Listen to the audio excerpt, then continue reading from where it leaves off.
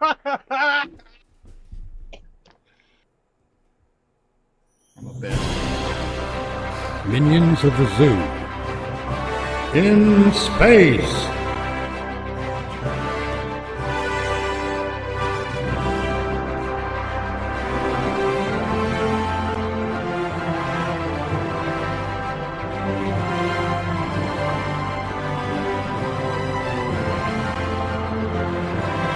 Go live yet or what? Yeah, we're live.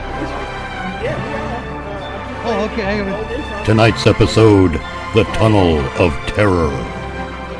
I'm not. I guess I could just like pull up the actual screen, but that would require me to be conscious, I suppose. Hey, look, it's Travis. What up, Travis Gardner? Good evening, everybody, and welcome to the Minions of the Zoo. Minions in Space. I'm here with Minions Dr. Functional. Hello!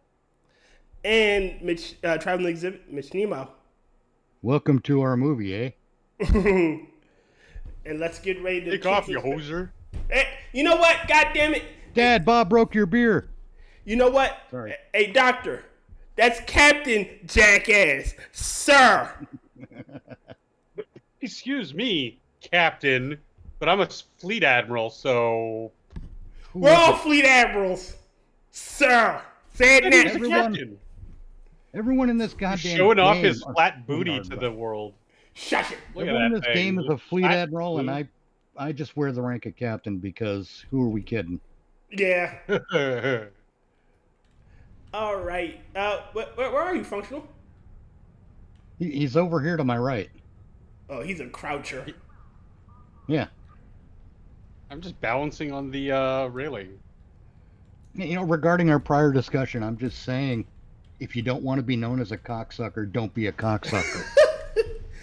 Yeah, we had a pretty interesting and fun conversation before the show started, which is unfortunate because it would have been nice to share some of this stuff with you people. Shit, we can share. Oh, we still can. Kamal's a Yeah, I mean- cocksucker. No, we cannot. We are not allowed. Oh, yeah. I'm just kidding. Of course. I mean, obviously, the big news today is Kamalada Ding Dong is, there. Well, that's not the big news. That's the other news today. The big that's news the today is news. that Director Cheadle of the United States Secret Service got her whole asshole handed to her. Oof. I mean, and look, we all know going in that congressional hearings and oversight committee Just join the subpoenas ranking. and right. We all know that stuff is fucking political theater. Yeah. We all know that going in. Nothing ever happens. When Google and Twitter and all of them went up before Congress to testify, that was really just a mutual interview for each side to see who's going to get the favor and who's going to get the payoff. That's all that was. They'll pretend to ask hard questions and shit like that for once in a while for the purposes of having a cute little campaign ad too. That's the other side of it. But from what I saw today, they were going extra hard on her compared to the softball bullshit they usually go through. Mm-hmm. Well, there's precedence for that too, right? Because even something as in recent memory as the attempted assassination of Reagan, there was precedent for what to do in that situation. Like we've seen this the what's supposed to be the training of these people play out in real time. Yes. And that failed from the outset, from surveying and getting the lay of the land to today. Like it's just been a failure, another failure, another failure. Are we missing? Now, the question becomes though. You Was dropped that out, failure- Mitch. Yeah, I know. I'm gonna log back in. There we go. We have to ask if that failure was a result of incompetence or villainy. Yeah. It seems like villainy. There's no way in hell that you could. People were pointing him out, telling you he was there. I smell something fishy. Just saying. Oh, the whole thing smells like fish. Spraying caterpillar but crops with the chlorobicrose hearing was fun to increased- watch. I never met my grandmother. She died. Yeah, unfortunately, I only caught glimpses of it, clips here and there. So, Mm-hmm. I mean, for political theater, they did actually put on a good show today. One of my favorite bits was Marjorie Taylor Greene, point blank asking, was there a conspiracy to assassinate the former President Trump? mm-hmm. And I'm glad somebody asked the question.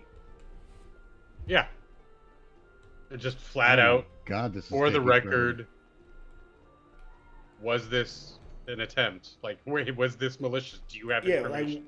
like what's going on? Oh God, I hate this. One of the most I would consider telling parts of this whole situation is I saw someone mention like they can get names, addresses, backgrounds, like tweets from like both 5 weeks ago and 5 years ago and everything in between about like, oh, J6 Granny or the guy who shoplifted at Target and who happened to be white, but they couldn't find or release anything about this guy, and it's like, so what's the cover up here? Because we've also seen that there's, and this is supposition, I haven't been able to like fact check this or see its legitimacy, but I have seen something floating around Twitter that they did geo-track this guy, and he kept going back and forth from Pennsylvania to DC to this place to that place, and somebody was like, oh, and the place in DC he went to was like around the block and up the street from this FBI office, and I'm like, okay, once you start talking like that, I'm like, just stop right there. Like now you're just muddying the waters, and you're doing your side and the side of truth and justice a disservice by muddying those waters. You had me at, oh, here's the information. No, now here's a whole bunch of my just father. complete I was born bollocks. after the Cardassian. I just received orders. No, I Right. stayed Travis, on hey, Earth Mash. all of my academy. What up, Mash? But yeah, No. it was refreshing. I mean, you're right. It is part of the circuses, the bread and circuses with the Republic these days. But it is nice to see people get undressed or down. What do you call it when you someone like that? Undress them in the public. Down-dress them. Yes, thank you. In the public forum like that, and just go like this person is completely incompetent. Right. I agree with you. I don't think anything's going to happen of it, come from it. I think it'd be a little harder to give someone like this an appointment somewhere else in the government. That's not of how a That's equal not what or I'm greater worried about. standing. What's that? That's not what I'm worried about. I'm worried about this one, like that. No, This but type Mitch of was shit saying, doesn't like get they in a couldn't really vacuum. do something here with like a book deal or something along those lines, like, which I agree, like that would be way too obvious.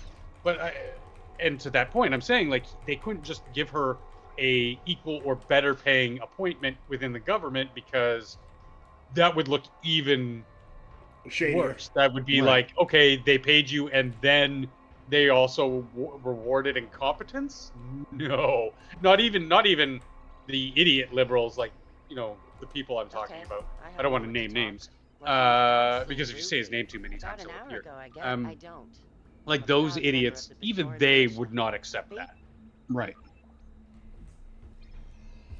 Of course, the information you've obtained has enabled us to pinpoint the cultists, the feverent, insane left, they would totally be like, they would be ambivalent because they don't pay attention to these things. If it's not in the news cycle, they don't pay attention. Shit. Do you guys remember the it is ages ago? I forget the guy's name. He was the head of the FBI that was doing the Clinton investigation. Ken Starr? Not the email scandal. Oh, that Clinton. Yeah, I can't remember the guy's name, but you have the Republicans asking like poignant questions, trying to get to the heart of the matter. And then you had the Democrats under Elijah Cummings. Wood? No, Elijah Cummings asking, so what are your thoughts on BLM?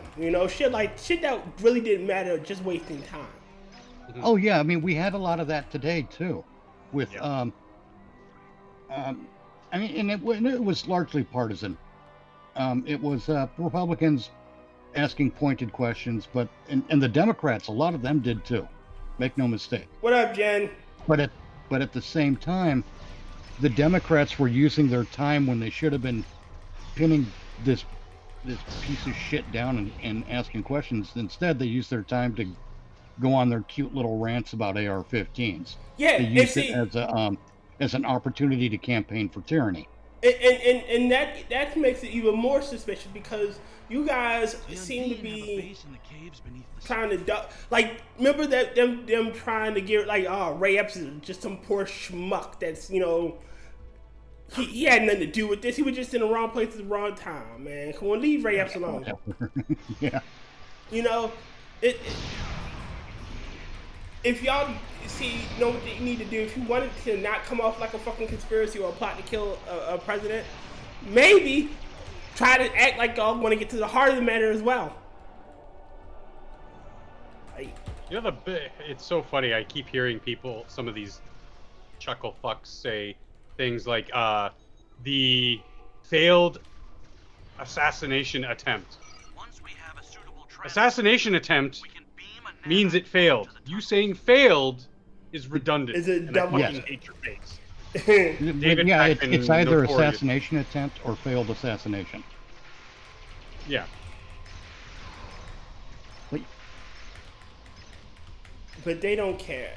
And the more and more I realize, the more and more people I used to look up to are starting to let me down. Like, I used to love Tenacious fucking D. I used to love Jack Black.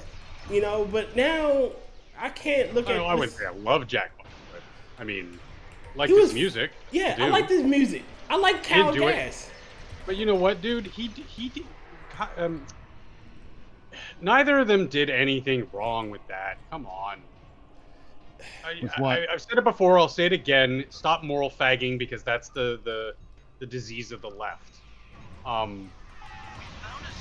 They're edgy, dark comedians, and just because Kyle Gass very clearly says, "Hee, don't miss Trump next time," Well, that's not the part that got me. Yeah, that's not the part. Sure. It's the doubling down and the erasing of the apology. Like, you know what? I'm fucking done anyway. So what the fuck? Yeah. No, see them. No, I actually have more respect for that. But the biggest respect I would have for someone is don't ever apologize. And he apologized, got dropped from his agent, and then withdrew it. So I mean, okay, fine. Well, see, and that's where it gets interesting. I have no issue with them saying "don't miss next time," because I'm a firm believer in free speech, right? Mm-hmm. Mm-hmm. And I recognize that free speech is the method we use. Free speech is the method we use to let the assholes tell us who they are. Makes sense. Why is this? Why am I not able to shoot at anything? Fucking hell. I don't know. I don't mind. There's nothing. Oh, they just keep popping up and we keep killing them too quick. Well, no, yeah, but and I pretty much agree with you on that point. However, the game interrupted my train of thought. Mm-hmm. Let me whip this out real quick. That sounded wrong. Hold on. Let me read some of these super chats. Flag fly. Yes, but the Dems put a chick in it and made it gay functional. I know you used to cook. Imagine Nation Land at curry mixed in with chicken linguine. Hi, Mitch. That was Jen. Hi, Jen. Jen says, how hard is it for them just to put Biden on a prompter and given how often they did before? Matt says, anyone else agree with Rachel Maddow is an idiot? That Rachel Maddow is an idiot?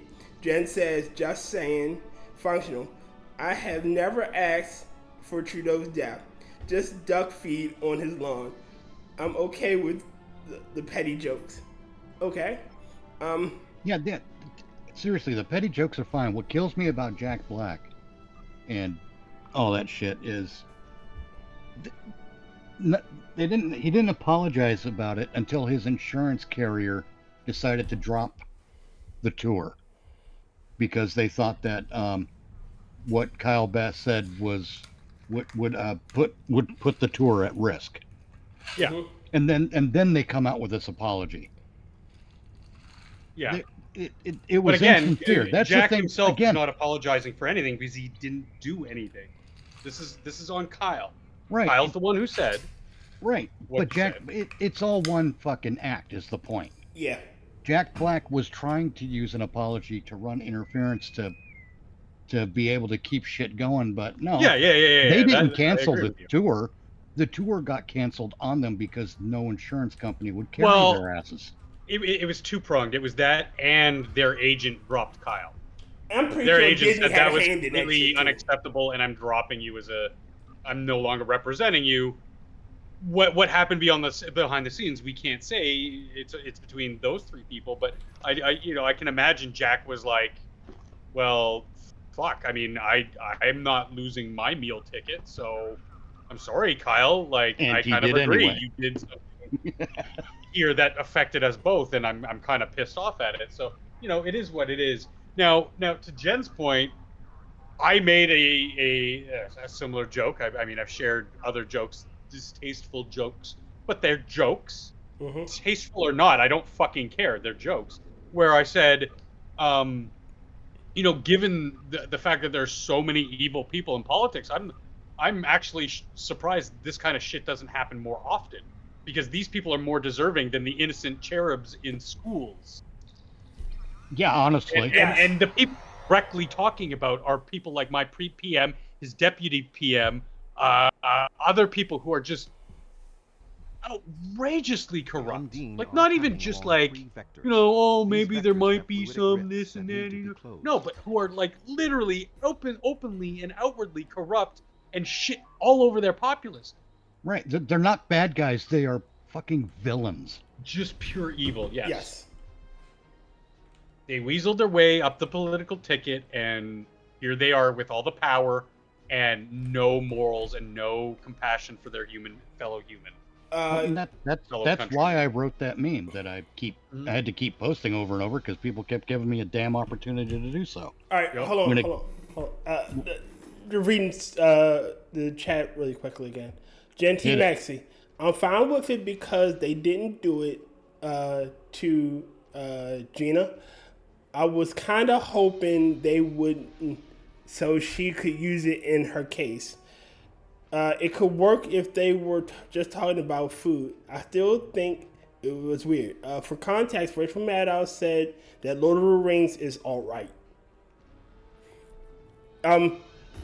No, Lord of the Rings isn't all right. It just promotes, masculinity and heroics. It promotes, Oh, well, yeah, the hero old- story is all right. Has opened between the lanes. That's white it's- supremacy, dude. Marked on your map. It's not. It is what men should inspire to be. It is, we're going against years of programming and genetics. Men aren't meant to be weak pansies. And I'm not saying like I'm some badass or anything. I don't know what I would do in certain situations, but I would You don't have to be a badass, but you don't run around wearing fucking Crocs either. No. I'm wearing Crocs right now. Shut up. Thank you for proving My my house point. shoes so I don't break my neck and slip on hardwood. But yeah, no, your point is still well taken. Yeah, I would like to think that I would have enough fortitude and courage to at least, if I saw someone weaker than me being attacked, I would assist. Okay, but it doesn't even, I understand where you're going with it. It doesn't even need to be that, but if you saw a child you were out and about and you saw a child, just crying on the street, on the sidewalk, and, even if you were to go up to him and be like, hey, what's wrong, little guy? Use your mommy or daddy or something? That is still being a man. there is still strength in certain types of compassion, and Yeah.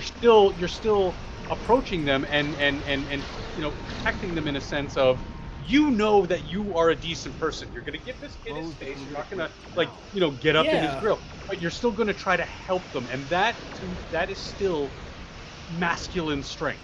Yes.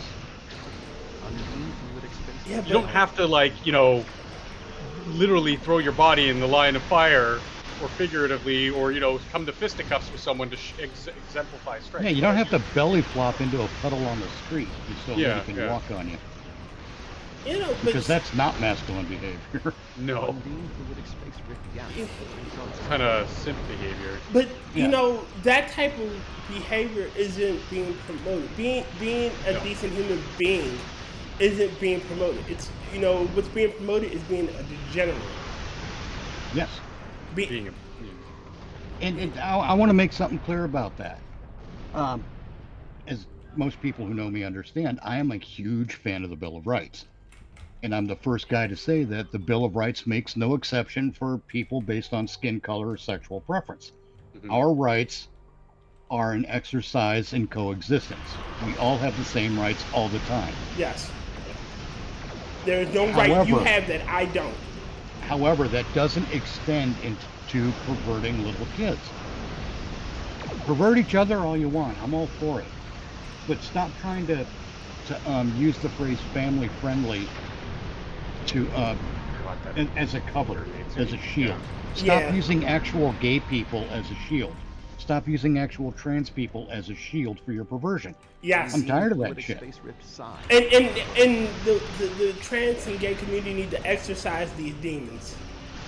Like They really do, and a lot of them are trying to. Yeah. It's hard to do it though because the activists, who are the problem, by the way, Yeah. the activists are given so much attention by media. When they've been entrenched into institutions, Yes. It's namely not, things like social media, education. exactly. I would like to believe that's one of the reasons that Elon Musk's Twitter is still as censorious as it is. But he has promoted the idea of freedom of speech, not reach.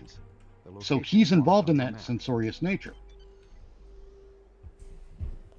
But he markets free speech, so everyone, for some reason, buys into that line of bullshit. But I would like to believe that he can be. I think Elon Musk can be reasoned with, and that's why I'm so fucking hard on him. Performing a scan of the wrist. Is because I believe he can come around, but someone's got to be a dick about it. And in order for that to exactly. happen. Yeah. You or at least enough people saying the same thing, he might take notice and be like, yeah. I mean, he did. He at one point he did listen to the people, and Close the fluidic grip. he brought back both Trump and Alex Jones. Even after he said, like, yo, Alex, I can't get with Alex Jones. More importantly, though, the little people like myself who don't My have original any account still hasn't been But- reinstated. and I do agree with you mostly on Twitter. I still maintain though that it's much more freer than any other social media platform I've ever been on. It's a lot more free than fucking Threads. Well, But there is a lot that's of problem true. with it. That's true. However, I maintain that tyranny by degrees is still tyranny. Sure. Fair enough. Or as I say it in one of my Mitch memes, tyranny is tyranny regardless of velocity. But I don't see what he's doing as tyranny. He's just being less than honest about the platform because it's not Well, entirely free speech. But he's not. He doesn't have the It's like not- political. It's not as bad under Elon as it was under Jack. Like, under Jack, it was a fucking nightmare. I don't know. Under Jack, I was getting better engagement. And I wouldn't know because I was banned for Exactly. Oh, calling there's that. Talcum That's Talcum true. X for calling Talcum X Talcum X. Like right. I was banned for telling guy, someone white guy that who's she's a witch pretending and he's she black, should and I burn call him Talcum X. shouldn't really get banned for that, but I got banned for hate speech because Black Twitter mass reported me, and I mean, Well done. I mean, I still have I saved the email that came from Twitter so that I can use it one day because that's the guy I am now.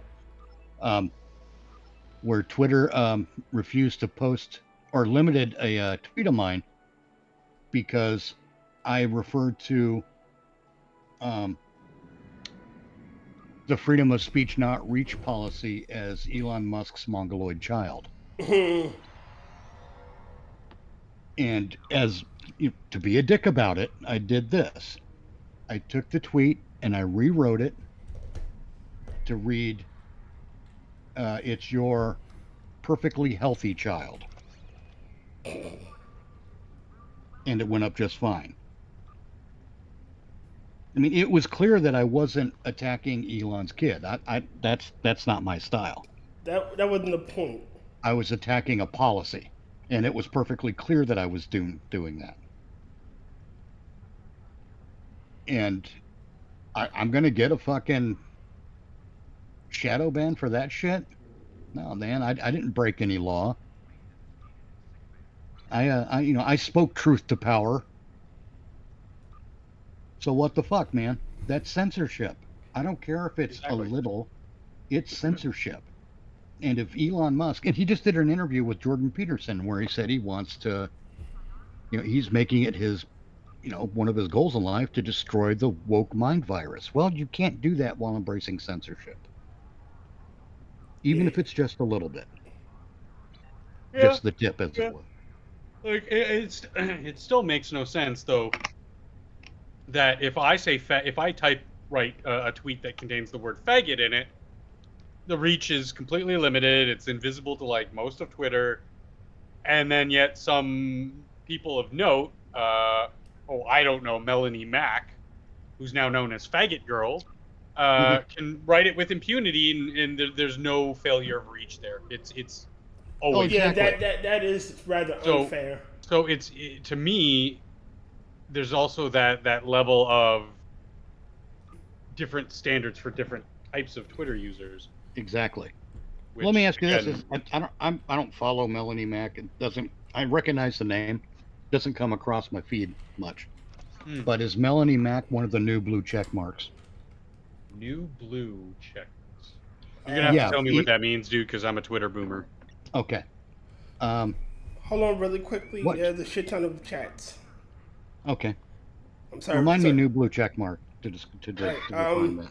Daniel Price says no. Rachel Maddow didn't say Lord of the Rings was all right. She said Theo named all of his projects after stuff from Lord of the Rings, and the one of those names, Nayar, was Aryan with an N, and no, it wasn't.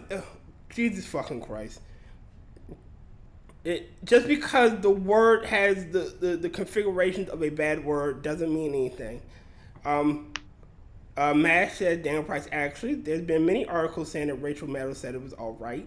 Daniel Price again. Mash, she didn't. Whoever said that misquoted it greatly. I'm not a Maddow fan, but if you actually watch the clip, she talked about Peter Thiel and his Lord of the Ring naming fetish and ties to J.D. Vance.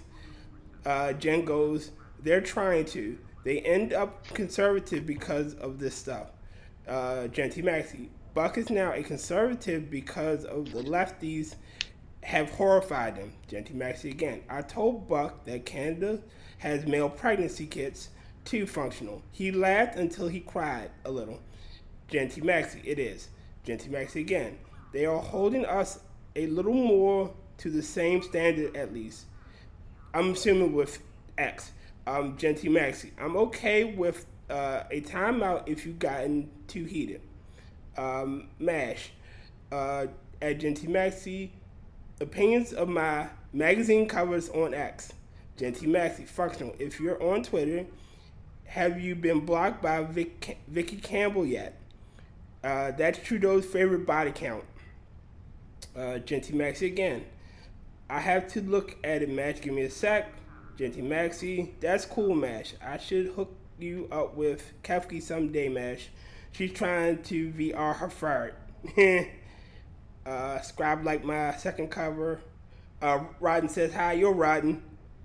And Rodden. then T Maxie, she's late too. VR chat already had farts on it. Whew. All right, now, new blue check marks. Yes, new blue check marks. To explain to Dr. Functional what's going Yes. on there, or how I perceive what's going on there. What can I... In the days of Jack, that sounds dirty somehow, but anyway, in the days of Jack, they started, they would ask you to do things to verify your account, and that's how you got the blue check mark initially. Right. It was just a verification thing, but then it became a status symbol. So the Yeah. the freaky leftoids and X are What the hell rather did I in Twitter. go? It happens. So the freakoids on Twitter, help me out here, decided to deny it to people who were clearly of a particular political y'all got joined the fucking match, and I was reading and I didn't see it. God damn it. But anyway, Elon Musk takes over. He gets rid of everyone's blue check marks, and now he's charging people to have a blue check mark. He's charging people for a status symbol, and with that comes a couple of extra things like longer posts, the ability to edit your post, etc., etc. But what I find amusing is that the new blue check marks, on occasion, some of them will call out the same censorship shit I do. Okay. And they'll do it nearly as vehemently as I do. What they won't do, however, is stop paying for their new blue check mark. It's a status symbol. Right. And it makes them just as much a problem as the old blue check marks.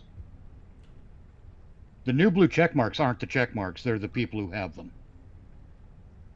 I mean, yeah. I mean, as somebody who's, again, relatively new, I just see that. I'm like, oh, that's just somebody who pays to use Twitter for premium. Like, again, it's just me, and this is just like the outsider's perspective. I don't see it as a status symbol at all. I just like, okay, you Well, it is. want to pay your $8 a month. That's your prerogative. Well, yeah, but it's still a status symbol. Yeah. It's I'm not a huge one. I'm not saying you're wrong. I'm just saying this has just been my experience, my perspective on it. Like, it just shocks me that the people who can affect the change refuse to do so. Right. For the most part. And the way ultimately, to at the end of the day, the only real power any of us individuals have is the power of our wallet. Yeah. Right. And if they were sincere about their complaints about X turning censorious, they ought to damn well cancel their payments and let Elon know why. But I've yet to see one of them do it. I mean, I don't follow all of them, obviously. Yeah. But I have. So you asked if she's one of the new blue. I don't think so. Well, if she has a check mark, she was a TV personality for a bit. She was like on E3 or one of those video game channels, and who? She's just Melanie Mac.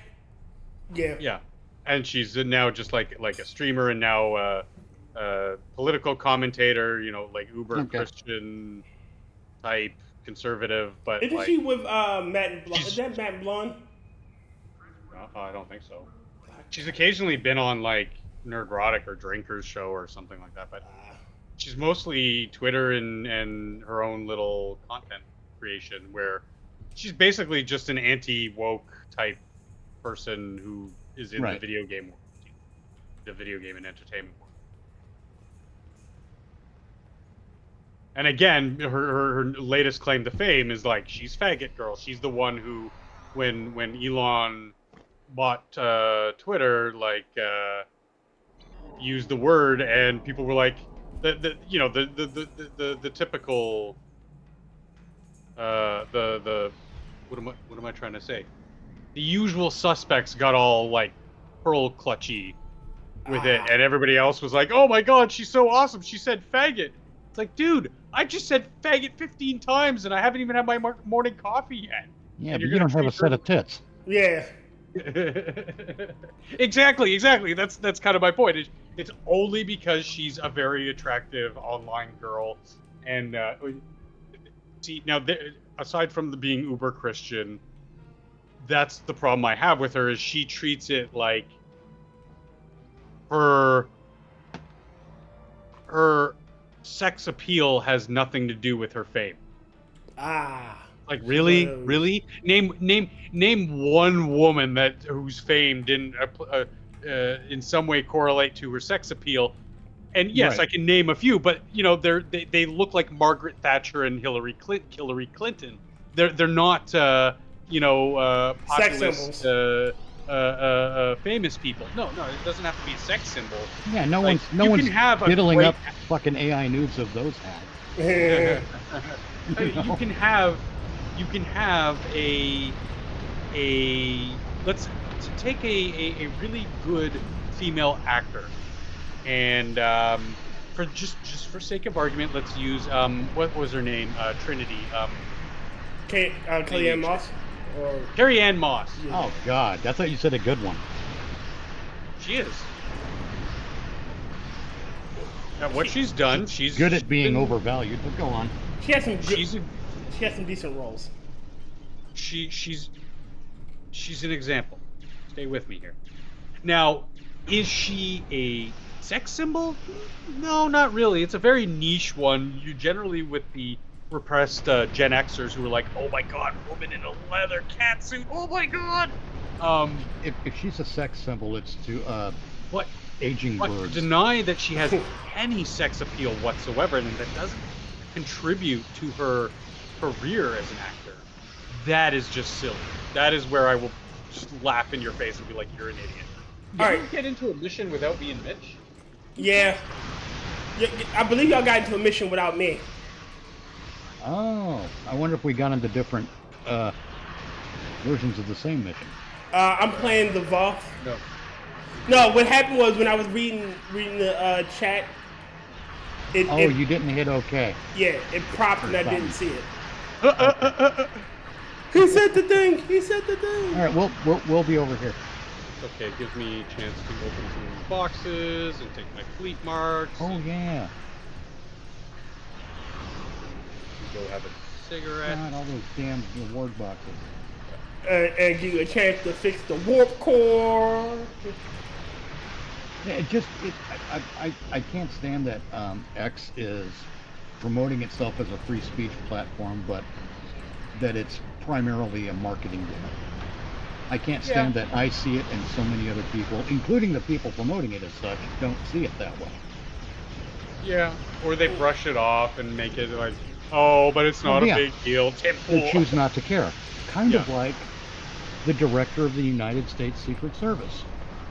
Yeah. They choose not to care.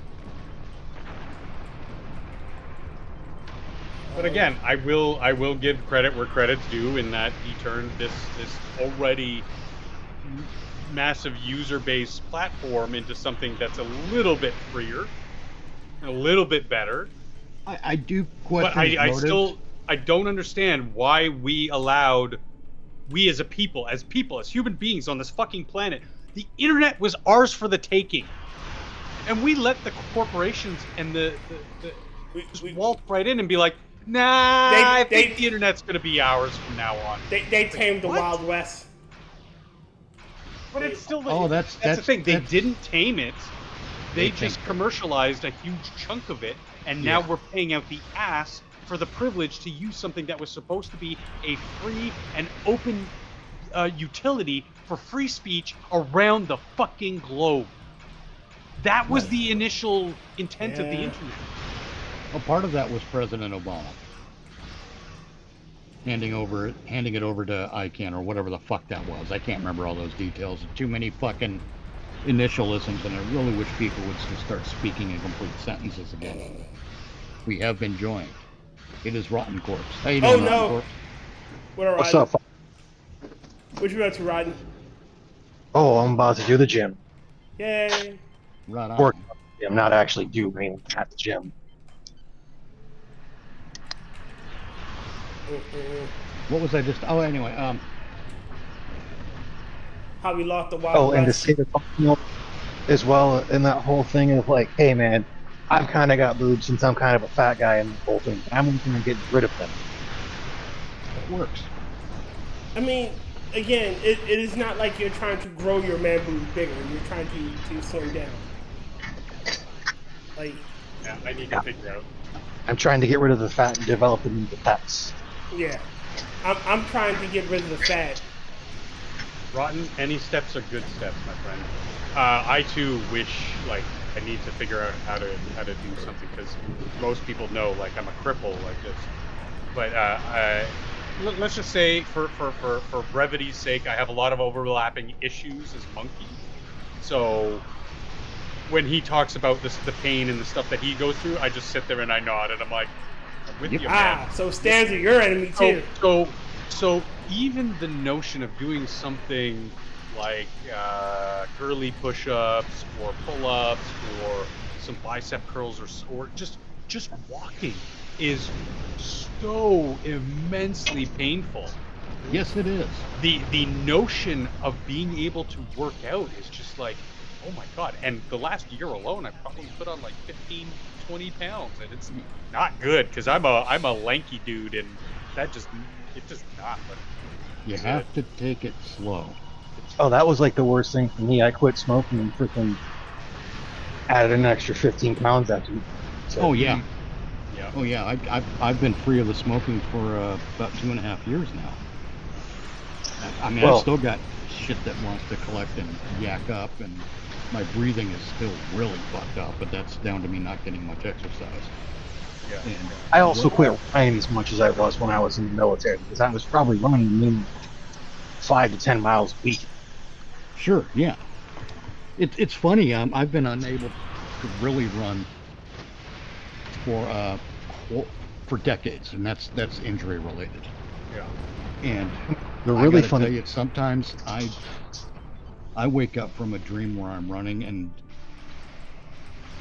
it hurts. Not physically, but it hurts that I can't just get out there and start going, like just for the fun of it. Even the for funny- a light jog. No, the funny thing for me in the military was the fact that I was a better runner as a smoker, other than when I was early on in the military for like basic and everything. That's when they were doing other shit for me. So Yeah, you know what I think it is? I think it's when we're young, we're vulnerable, and the more we age, the more it all catches up to us. Yeah. oh, dude, this was still in my early 30s that I was like, it's like I was still a better runner as a smoker. Oh yeah. To address chat, yeah, Mashisu, we were talking about that at the top of the show. What was the representative's name, Mitch, that was tearing up the Jim Jordan. Oh, there were a lot of them. press director that It was- directly said you're full of shit? Oh God. Let me check. Was it this Jim first, Jordan? 'cause It sounds like Jim Jordan. It sounded. It was no. It was. Cheadle got completely. She got wrecked in the pants. She got beaten with Cheadle. I I find think it might have been Nancy Mace. Mace? Yeah. I'm trying to find it because I have the replay up. I think it was Nancy Mace who told her she's full of shit. Yeah.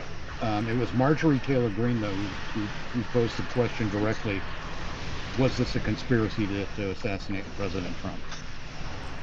Which is also just a gorgeous question. Just straight up ask him. Just Yeah. straight up ask him. Because I mean, if she it didn't gets just torn apart, she didn't ask that just out the gate when her time came up. She asked some foundational questions. yeah. first, and then just bam.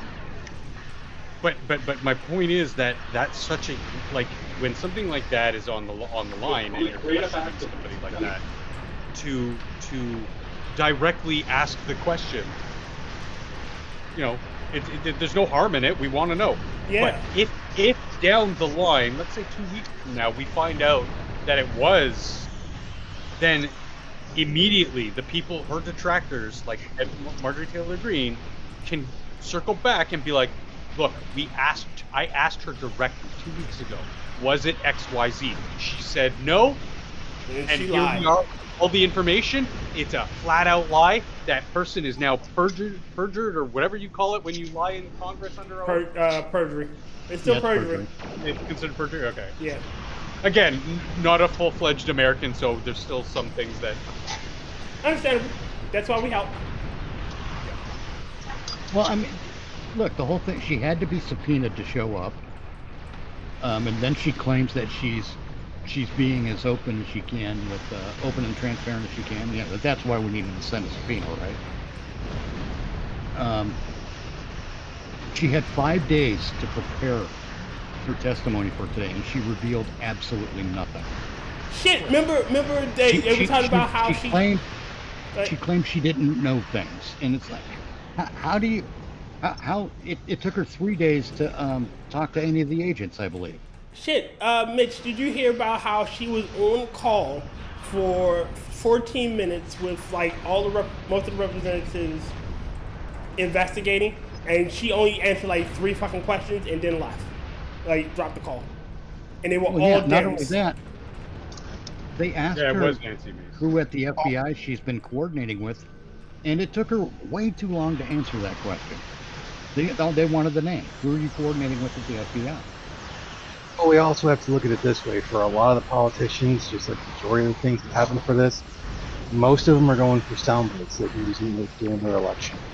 Oh, of course they are, but yeah, I go into these things assuming that. Hey, James.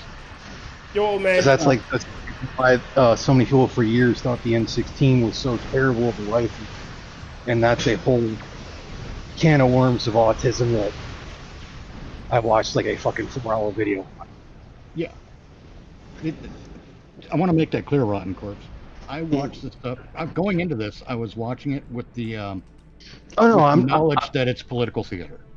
Yeah, I'm not saying you're not, but there are people online that are going to think, oh man, they're really giving it to them. They're going to do something. It's like, until they actually do something, it's just sound bites. Right. I mean, it was a great show. It's all smoke and mirrors. Yeah. Pay no attention to the man behind the curtain. It's all slopes and glitter. Yeah. James, I would. James Colley, I would recommend googling Nancy Mace Citadel graduation. Back when she was like 24, 25, and she graduated. She was the first female to graduate the Citadel. She looks stunning in her uniform.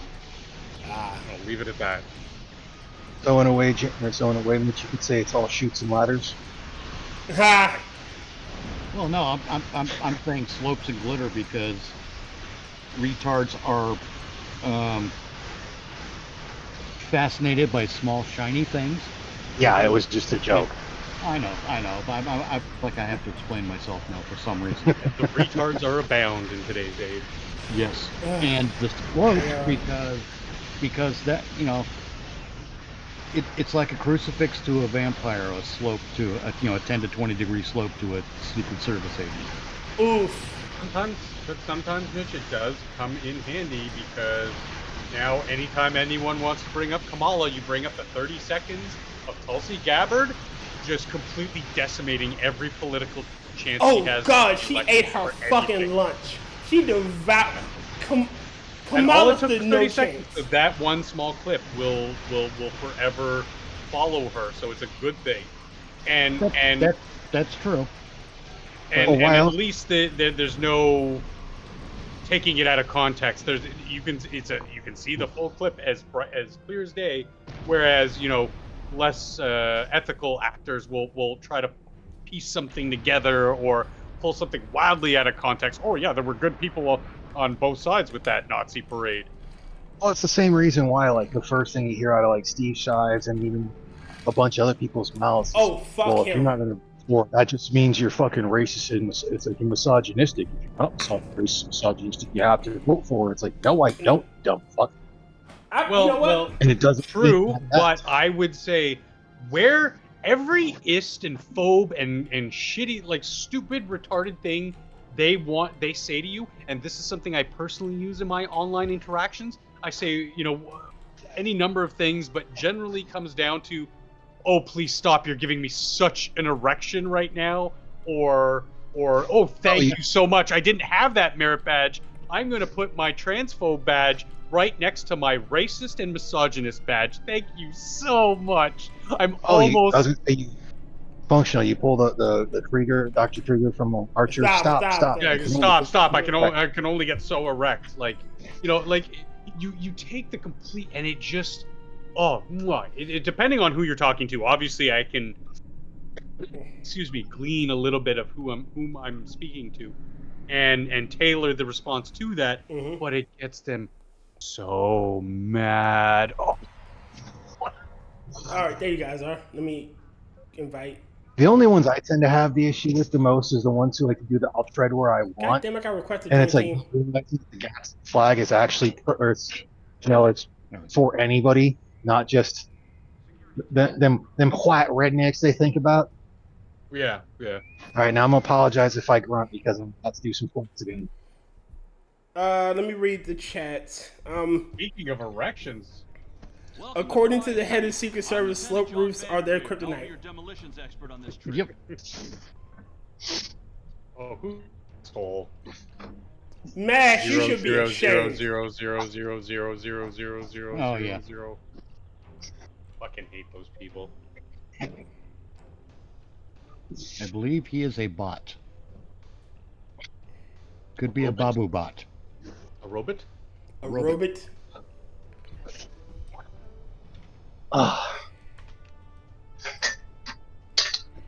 But I was on about something earlier, and now it's gone. Never mind. I'll be over here. Nancy Mace, Blue Eyes. Oh, sorry. No, that's what I was talking about. Well, James was talking about actually. Well, yeah. It gave James a horny. I'm gonna tell Angela. Relate. I'm not, but I got to threaten. I wish we had more liberty in the West. The problem is, and I'm sure you already agree with this, and it's been said 100 times, but when you get victories like obtaining levels of freedom, of liberty, the job isn't done. You have to protect what is yours. You have to continuously fight to protect that. Because as we see in the Western world, it's been eroded and degraded and stolen from us right out from under our noses. But you got children who don't know what liberty, have grown up under systems and they believe they're oppressed. Mm-hmm. Oh, I mean, take the shooter. He was 12. He was 12 years old, and for the last 8 years, been told this guy's a Nazi. He's a existential threat to freedom and democracy and the American way and all blah blah blah blah blah blah blah blah. But he lived, like we were talking before, I will defend their right to say that, and I will say no, it should not be illegal to say that. Right. But you got to also remember there should be societal consequences to say, okay, you know what? If CNN wants to play that game, then CNN, nobody should watch them. And people should take responsibility to hold these people to task. Functional. You have to remember, they created the God-killing sword. They wielded it against us for a long time. And now that the God-killing sword has slipped from their hands and it's in ours, they're going to feel its sting. It's only fair. Did I just wake the bugs? I'm dumb. God damn it, you wake the bugs. Whatever. Suffer not the Xenos to live! Kill them all! Oh God, no! You're one of those Empire lovers. Imperium. Oh, hell yeah! I've got like 3 or 4 different armies. Nope. In the noise of life. Space Marines. I've got Grey Knights. I've got Imperial Guard. I've got some Sisters of Battle. In the noise of life, the universe must be silent. One of the errors made in the Great American Experiment, if you use those words, is that we have failed to learn from our own history. Yeah. For example, Congress has allowed itself to give itself raises, and we've done nothing to we need a means. Congress will. I'm going to start these sentences over. Congress will never do anything that negatively impacts them when it comes to their income. Yes. Oh yeah. And that alone is evidence that the people of this nation need to have a means by which to enact legislation outside of the legislature. Yeah. Yeah.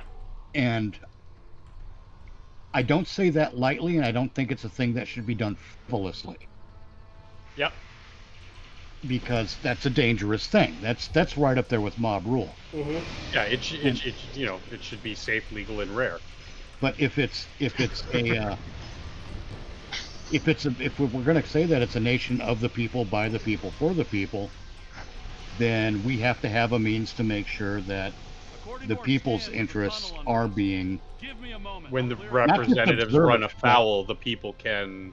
Well, yeah, there needs to be a way for the people to hold them to account, and I've got a couple of ideas that are legal and peaceful. It doesn't involve stepping on the legislature's toes to insert our own legislation. Mm-hmm. But, it's basically a denial of service thing. But the problem is, we don't have people in this country. We don't have business owners in this country with the courage to do that shit. And Yeah. I understand when it comes to like a small business, man, you got so much shit against you as a small business that desperation has to be a way of life. That's why you get bad customers. It's because you're desperate. Yeah. That's why so many business owners, especially like in food service, like, fuck it, give it to them for free. Because it's easier than putting up with someone who might go to Yelp or make all kinds of noise about your shit. What's that? Someone that might just bitch the bitch. Right. Well, Or but the thing is, when other customers who are bad customers see you give away shit just because someone made a slight complaint, They're gonna attack it. you've given them every trick they need to get one over on you, and that's one of the reasons you're going to go out of business, is because you've let your customer base manipulate your desperation. Shit, look at fucking Starbucks for a hot minute. Yes. Just because one bad thing, and honestly, the manager had every right to ask them to leave. They were just fucking loitering. Oh, we were ready to make a business deal. Huh? Well, Mitch, I had an idea about some of that, and to steal something from a well-known, what I call regressive, but will go out on at length that he is the most progressive man in America. Get money out of politics. And what do I mean when I say that? I mean, you make civil service again, and say, okay, if you are going to serve, that means you're going to have a level of power to represent people, and that you'll have a enough money to be able to take care of your wage, to take care of your office, whatever.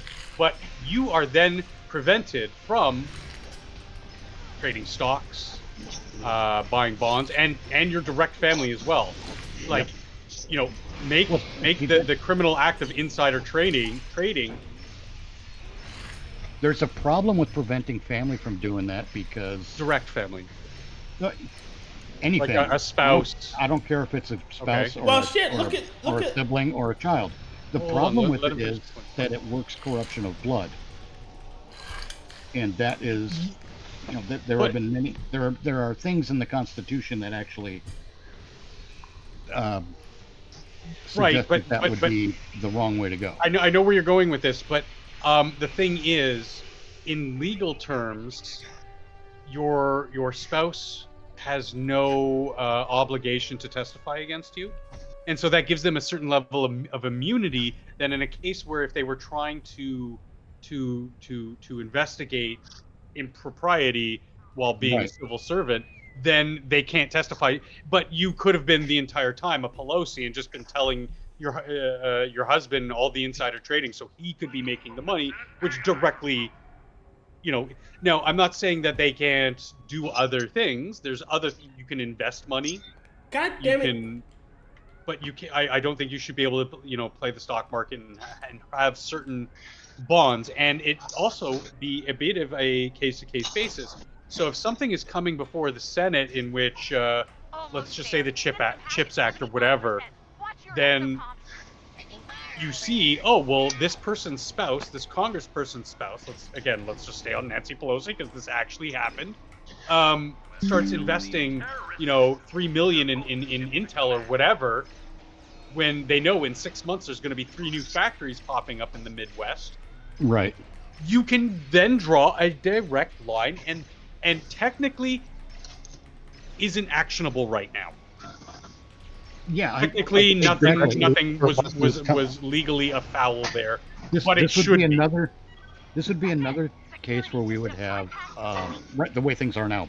Is what I'm saying. He go into another mission. I fell into another mission. Oh my god! You gotta wait until we get out before you re-queue. I thought y'all were out. Y'all were standing there. Make sure we're teamed up too. We were. No, because I loaded it and you immediately left the party and went into your mission. Yeah, that's. You got to remember, this is an old fucking janky game. You got to give it a hot minute before queuing, or it'll dump. The way things are now. I don't mind taking a break. I gotta urinate anyway. But continue your thought. But the way things are now, it would be just another bit of political theater. Mm-hmm. I'm speaking purely in the idealistic. Do you remember what was it?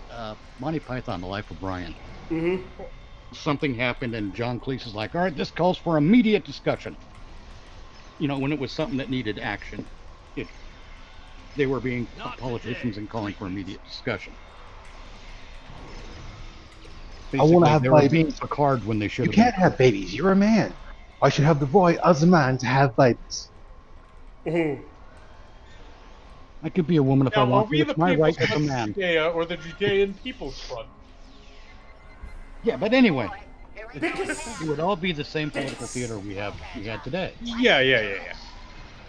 But I mean, what kills me Mitch, is you can't constantly fall back on that, because if you do, then they've already won, and you give up, and that's just it. I don't give up.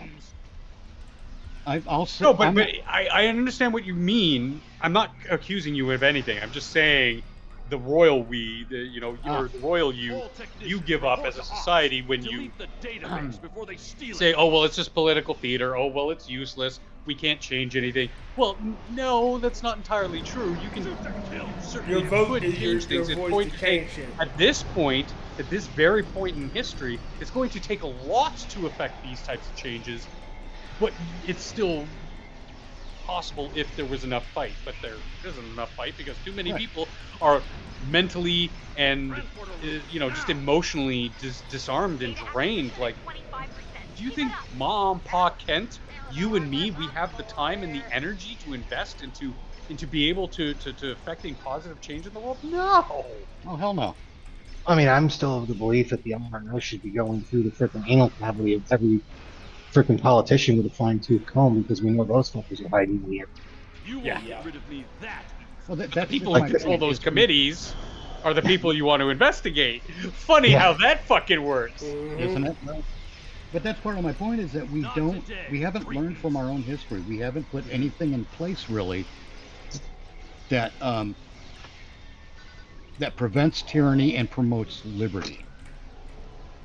The checks and balances that would normally be in place have been eroded. Yes, and quite intentionally. And entirely. Like I keep saying, corrupt systems do not right themselves. We need an external force of sorts to do so. And I have an idea of how to do it without stepping on the legislature's toes.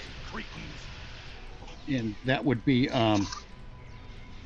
we need a way for the people of this nation we need a place, and the internet is a great way to do it.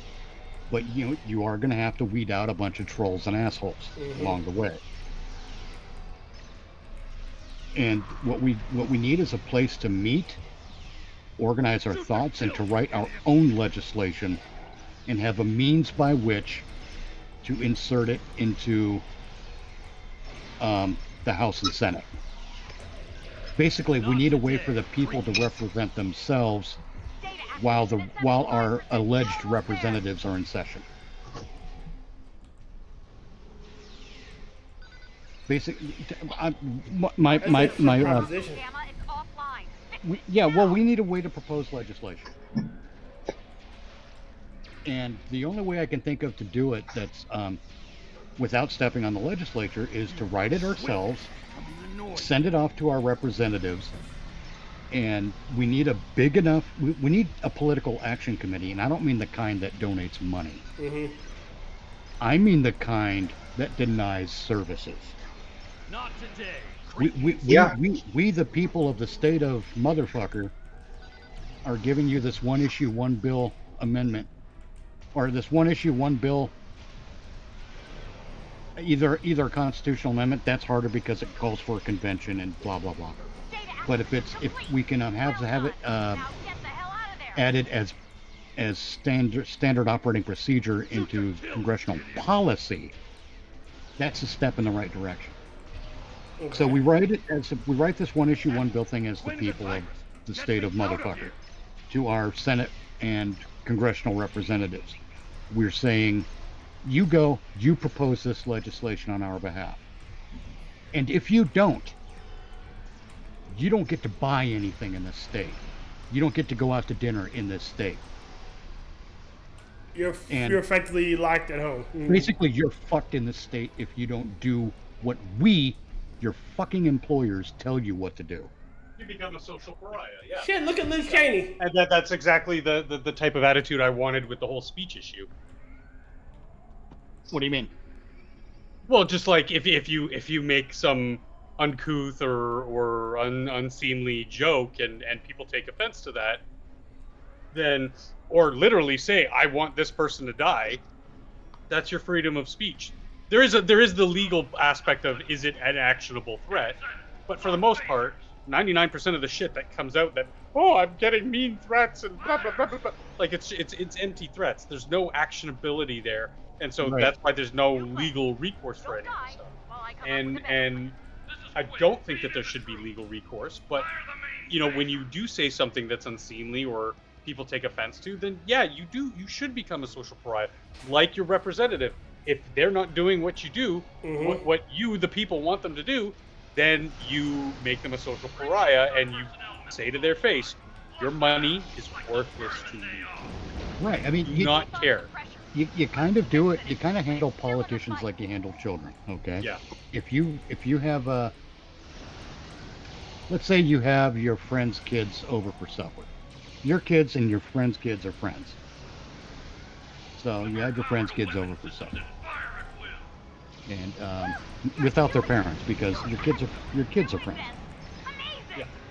And you're having a discussion, and the kid says something to the effect of, regarding you and your wife, whatever you and your wife are talking about, your kid says something to the effect of, people who talk in the third person should shampoo my crotch.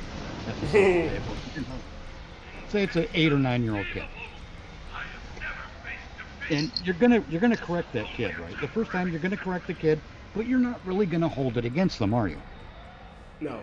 You're gonna give them another chance to either fuck up or to cure that shit. So long, Quinn. But if they keep doing it, that's when it's like, no, you don't get to come here anymore. Well done. Yep. And it's the same thing with politicians. You give them a chance to do the thing, and if they don't do the thing, okay, you give them another chance. And each time they fail to do the thing you want them to do, you outcast them a little bit more.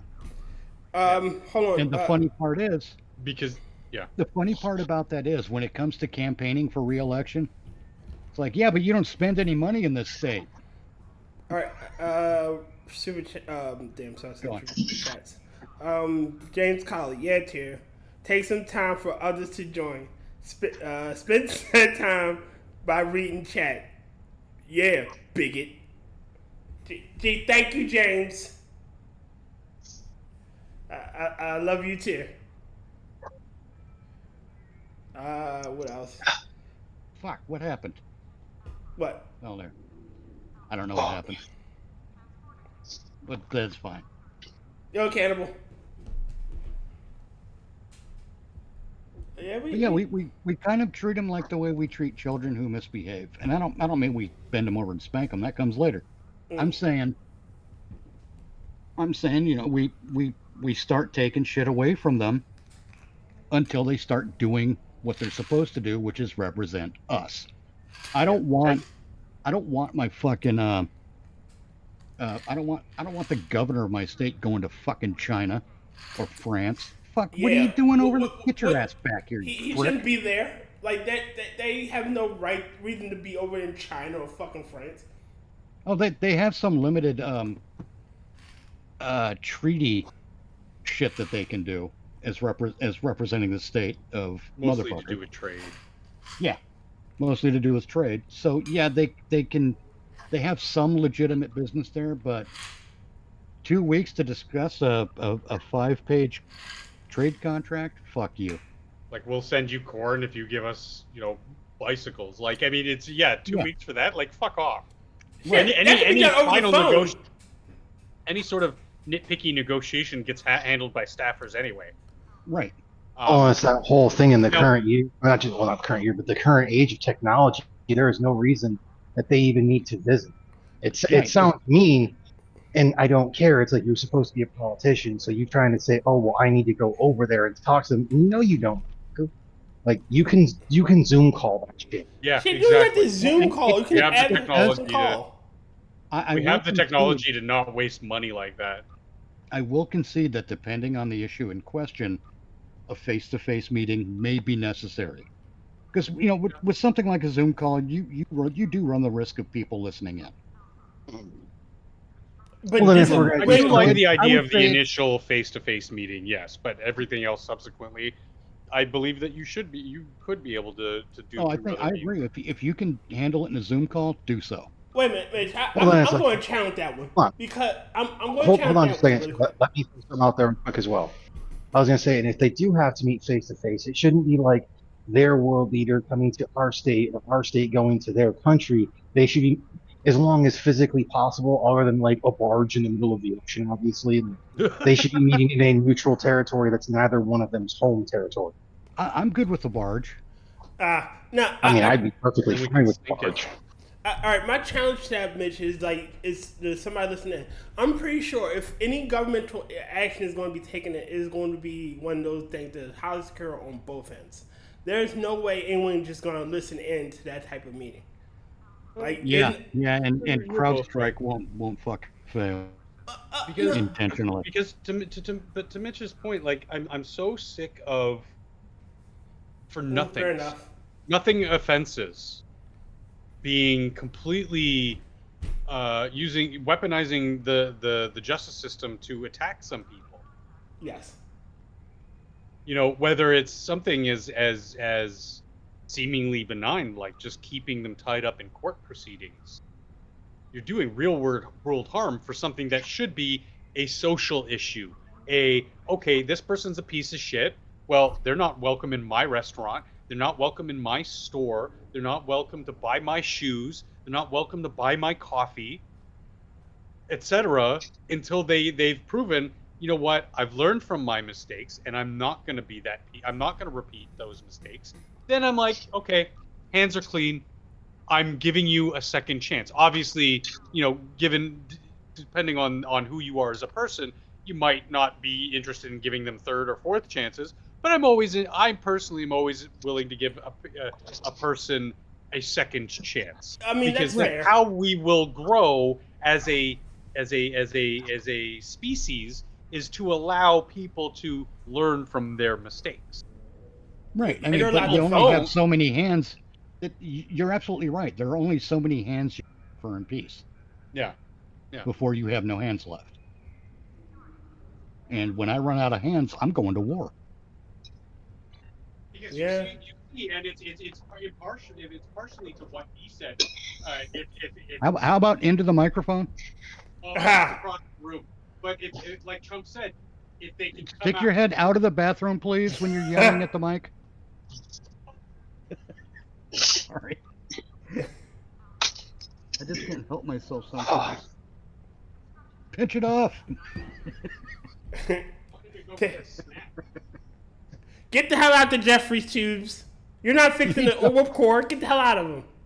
Needed to get some wine and some baguette. I was feeling a little peckish. Oh Lord. But like the man said, you know, like if they can come after me, they can come after you. And we see that, you know, playing out in real time. They are the powers that be, whatever you want to call them, the Marxists, the globalists, the Illuminati, deep state, whatever the fuck you Hydra. want to call Let's call them. them Hydra. Hydra. Hail Hydra. No, let's not give them a full name. That they've intentionally turned up the heat. I mean, I'm just talking pure legal system thing, where even some of the smallest offenses now are being, you know, like you've seen the stories of people in the UK and Canada being arrested for mean tweets or being investigated by the constabulary for a mean tweet. And you even had the one guy down in Georgia or something was arrested for, sure, it was a threatening tweet, but there was zero actionability on it. But the guy got completely railroaded and is now serving like a 6-year term. Shit, remember the guy that put out, it was an old meme of like Hillary Clinton voters should vote on this day instead of the actual voting day. And they tried to get him for election, they tried him for election interference or something to that effect. Yeah, that's the guy I was talking about. Yeah. Well, hell, we can always just look at the fact. I think it was over in Europe, the girl who pepper sprayed a freaking immigrant to stop from being raped. Shit. And she's getting charged for having illegal pepper She's spray. not the only one. I got one better for you. Remember the young autistic girl that said, "You look like a lesbian. You remind me of my gram." Yeah. Oh yeah.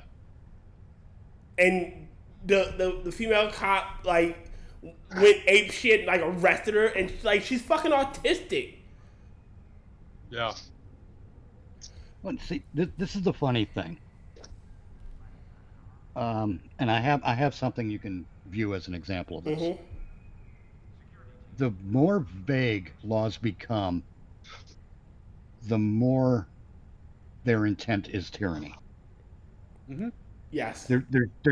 There's no other reason to make laws vague except to twist them to your will when convenient to do so. I'll be right back, guys. The law I'm should going be to check my blatantly toaster. black and white. Okay. The law should always be blatantly black and white. It should always be explicit. Now, the example I have that demonstrates this is if you go through not just the Bill of Rights, but all the amendments to the Constitution, you will see at some point they become more and more conflated. They become more and more diluted legal speak. Mm-hmm. Look at the amendment that authorizes Congress to pay itself more. That's full of alternate Sundays when the sun is on high, except in the morning when you haven't had your piss yet and you're still suffering from that morning erection because you got the pee hard on. It's full of, and you have to, stand with your hands against the wall and your feet way back in order to aim into the toilet. It's full of that kind of stuff. And meanwhile, you look at something like the Second Amendment. It's very simple, very straight to the point. It is a no bullshit article in the Bill of Rights. And people still try to interpret it because they try to use modern day thought on old language. I don't think that's why. No, they're not trying to do. They're trying to. How do I explain this? They don't care about modern thought. They're not getting. Well, what I mean by that is every time they bring up, they always say, "Well, it says well-regulated militia, so you have to be in the militia," and it's like you don't even know what that means. You're showing it. It's like, and also then why does it say the right of the people? I mean, it is pretty blatant, but they try to use modern language. Since it says well-regulated, you can regulate it. No, it means you can regulate the militia. Well, no, But what not it the meant, right but to that keep and bear thing arms. was well-trained of age, it's like well-trained of fighting age men. And So functioning all men of properly. fighting age should be well-trained. Yes, they should function properly. Yeah. But the well-regulated part doesn't refer to the arms part. It refers to the militia. No one argues that part. But also, no one looks at the free state clause either. Yeah. Everyone, it's for self-defense. Well, against what? No one asks those questions. What you got? They'll read the amendment. Well-regulated militia, necessary to the security of a free state, the right of the people to keep and bear arms shall not be infringed.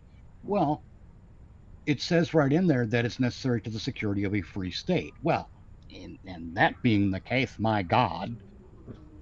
Well, what? since we have state national guard, that obviously means that's the militia. No. We got to So look there's at people that'll do that. I know there are, and they're wrong. And yeah, because they're fucking idiots. Because what they don't. The problem is the depth of thinking, or the lack of depth of thinking. They're not asking questions they should ask when they're looking at the Second Amendment.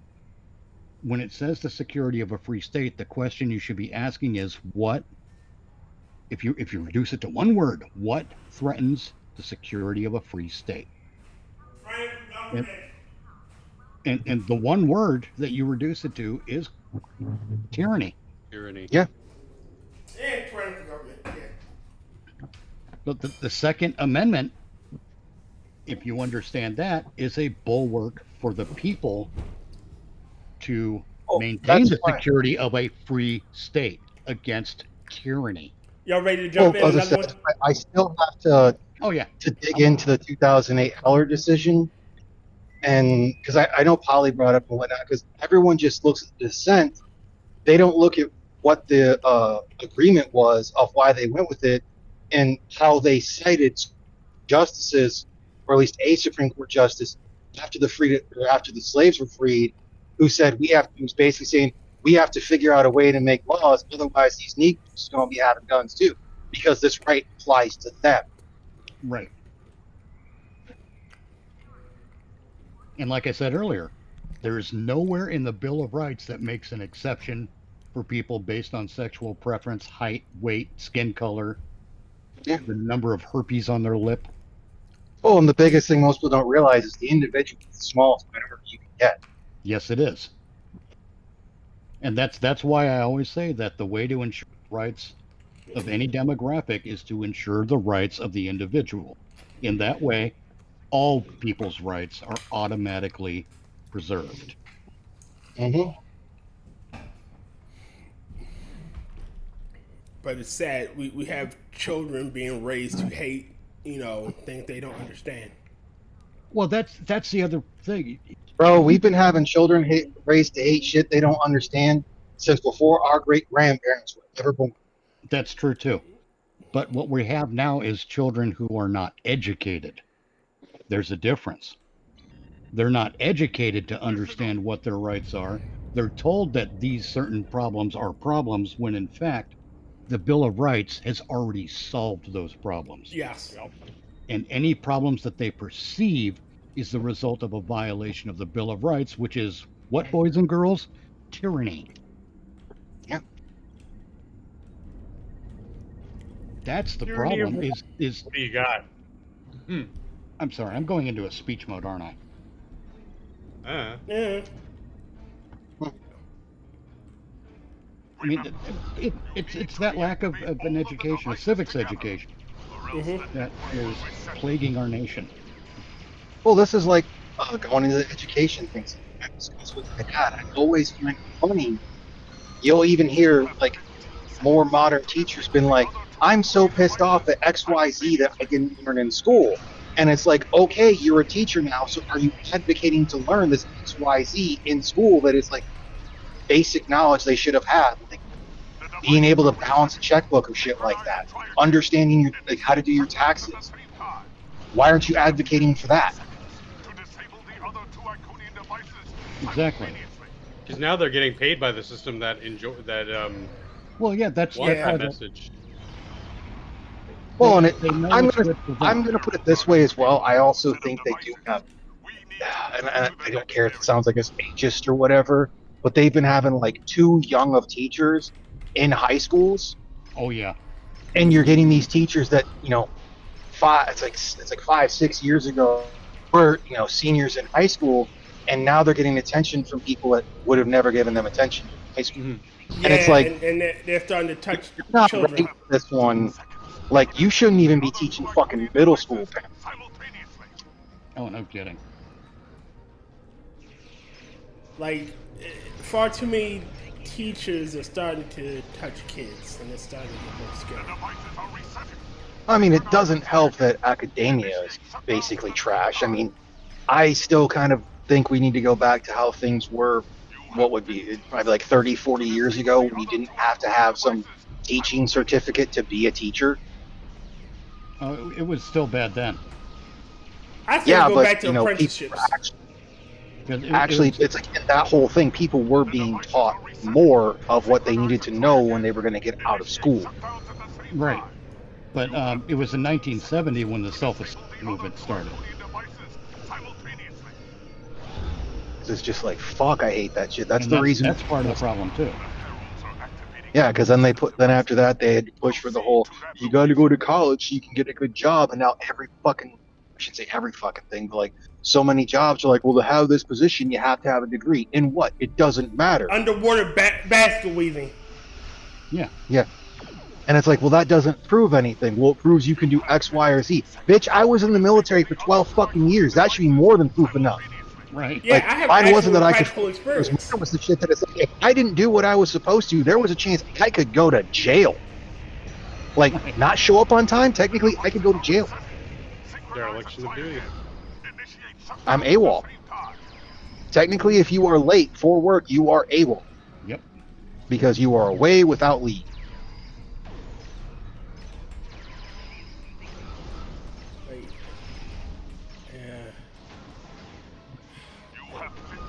Again, I don't think going to college is the end all be all, and it shouldn't be the end all be all. No, trade school No, is a but much they just better had option. really good advertising. Yeah. Well, the other thing that doesn't help for colleges is the fact that they went to so much of pushing degrees that are actually functionally worthless. Yeah. Yeah, like gender studies.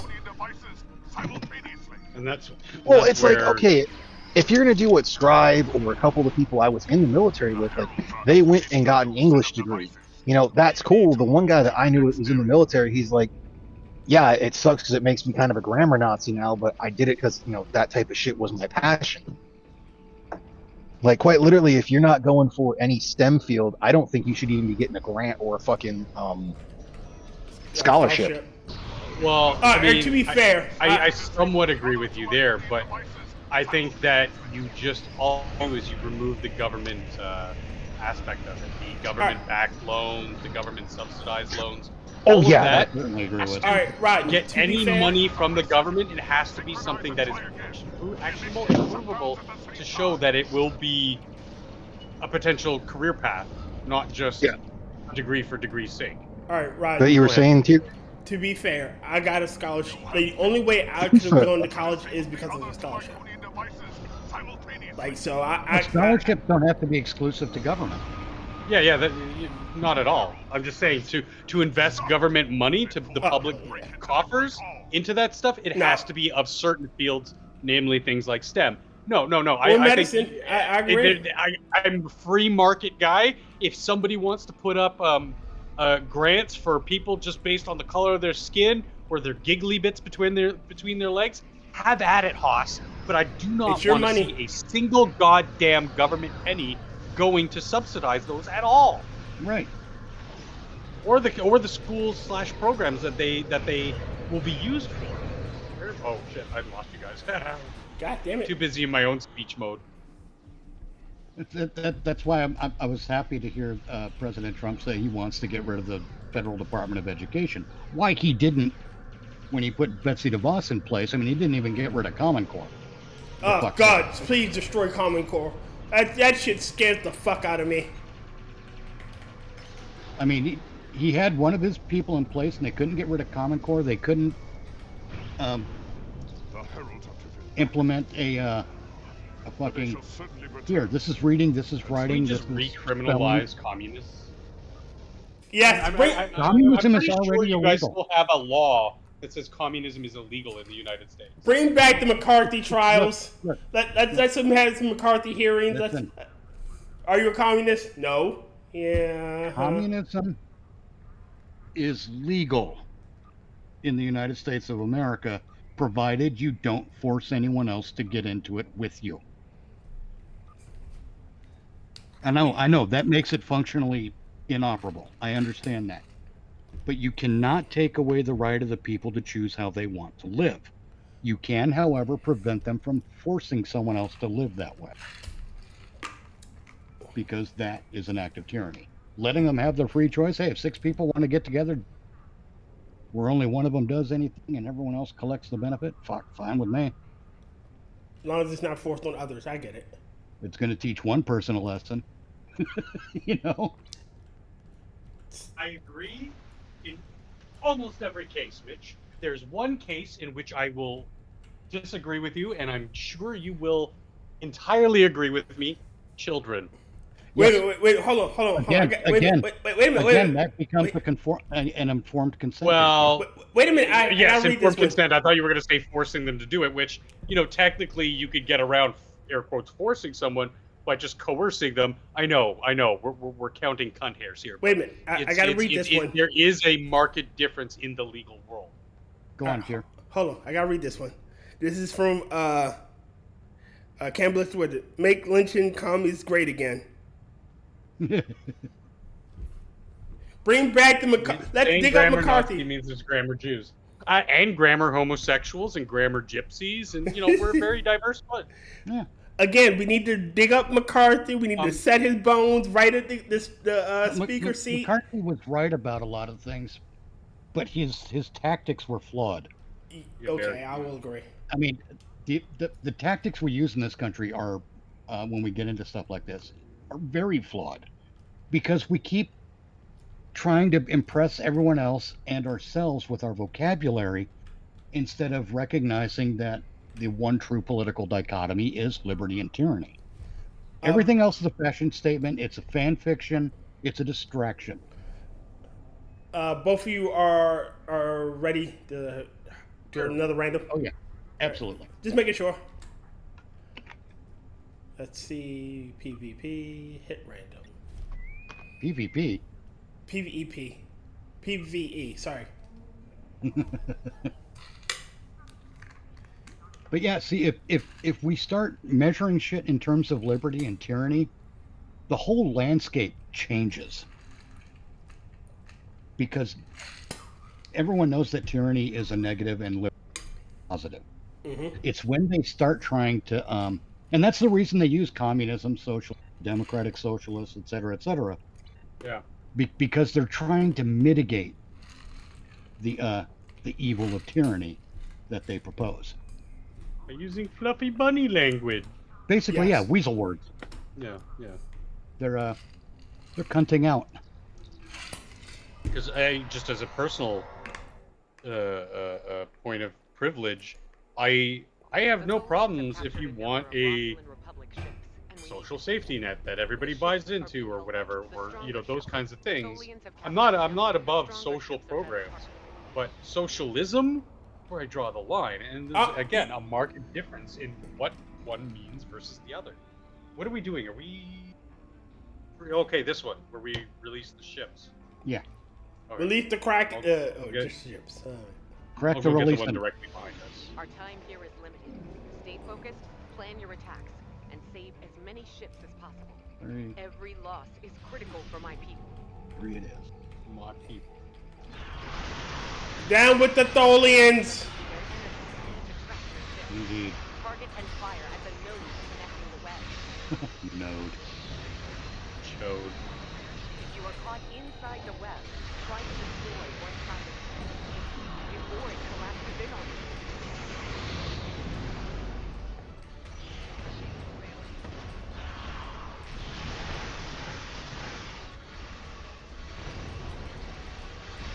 Goddamn Tholians.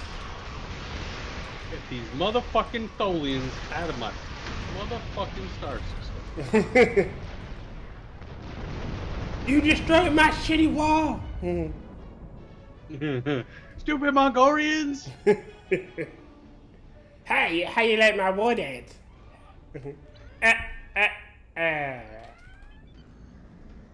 Oh, no, not that shitty chicken. Oh, she chicken, she beef, she pork. So there's been an interesting development in my neck. So for the longest time, like, I don't know if you've heard, we've been importing a lot of people from India. Yes. Ah. And so the other day, was this woman from middle northern Ontario,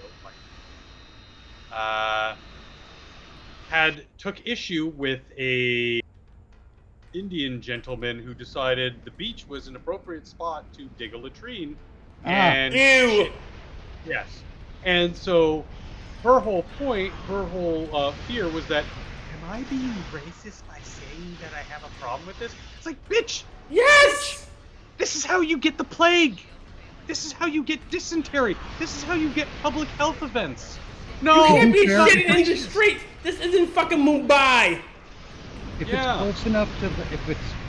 close enough to the water? That is sickening. Technically, yes, Mitch, but like, and I mean, what if when I some say child close enough, I mean get your ass in the water and shit there.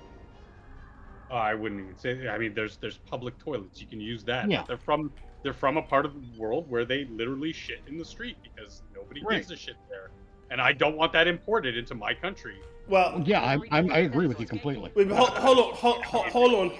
on. Everybody gives a shit. Yeah. Yeah. I just tend to look at these things scientifically as well, and yeah, that guy needs to go find a toilet. They're probably less than a mile apart. Across the beach, go find one. Shit. Or do like everyone else. Piss in the water. You're swimming and have a dump. Seriously. I mean not only would the salt water decontaminate it, if you will, but what it doesn't, some weird fucking sea life will turn it into a meal. Yeah. You just help the coral reef grow a few feet more. Yeah. But having said that, go find a fucking toilet, you savage. Yeah, right. Some cultures are incompatible with the others. Like, I'm sorry, it sounds mean, but not everybody can. The thing is, this person isn't. I mean, the problem is they're not illegal aliens. They're intentionally brought here by the federal government as there's this thing called temporary foreign worker program, where, they basically are imported slaves. It's a modern day slavery. Really? I'm not even being hyperbolic with it. It literally is, because they bring them here. They're allowed to pay them like less than a citizen of the country. Less than a shit wage. But they don't have to give them any of the benefits, and they can still tax them. Right. So in other words, they're slaves. Got it. Canada has slavery. Cool. Another version of wage slavery, yeah. Slavery, and it's disgusting. And it needs to stop, because there are the young people, there are just people, Canadians, who need jobs, even if they are mixed jobs, a job's a job. Still put food on. Well, these days maybe not, but the idea is to put food on your table, and to have to now vie for a job at Tim Hortons or Wendy's or something against 500 dudes who will do that job for less but aren't a part of your country, while shitting in the street for the direct purpose of supplanting you from your job. Yeah, tell me again how replacement is just a theory. Exactly. I see it happening in real time. I went downtown in my city for the first time in, years. And sure as shit, no, complete pun intended, streets are just like roving of them, all without jobs, going from interview to interview. And like, I can respect the hustle, but why don't you fucking try this hustle back in your own goddamn country? Shit, I got one for you. I can't get on the bus without 7 billion fucking migrants being on that bus too. And then the route I go to, they're out there fucking begging. Yeah. Like fucking hell. This Driving me insane. You know what? I'm not a racist by nature. I want to love everybody, but this shit is literally turning me into a fucking racist because but that's by design, Tier. That's by design. It is literally the higher ups want monster. you to do, because then they can vilify you as the monster and say, see, these people are monsters, and you know, and it's not even the icing on this shit cake, dude. We're also importing Pakistanis. Do you know anything about the history of the region? Suffice it to say, these Indians and Pakistanis are friends, and they're bringing their same goddamn third world shithole country problem here, and it turns violent on poor streets. Again, by design, to turn you and me and Joe Schmo into the type of people that the cartoonish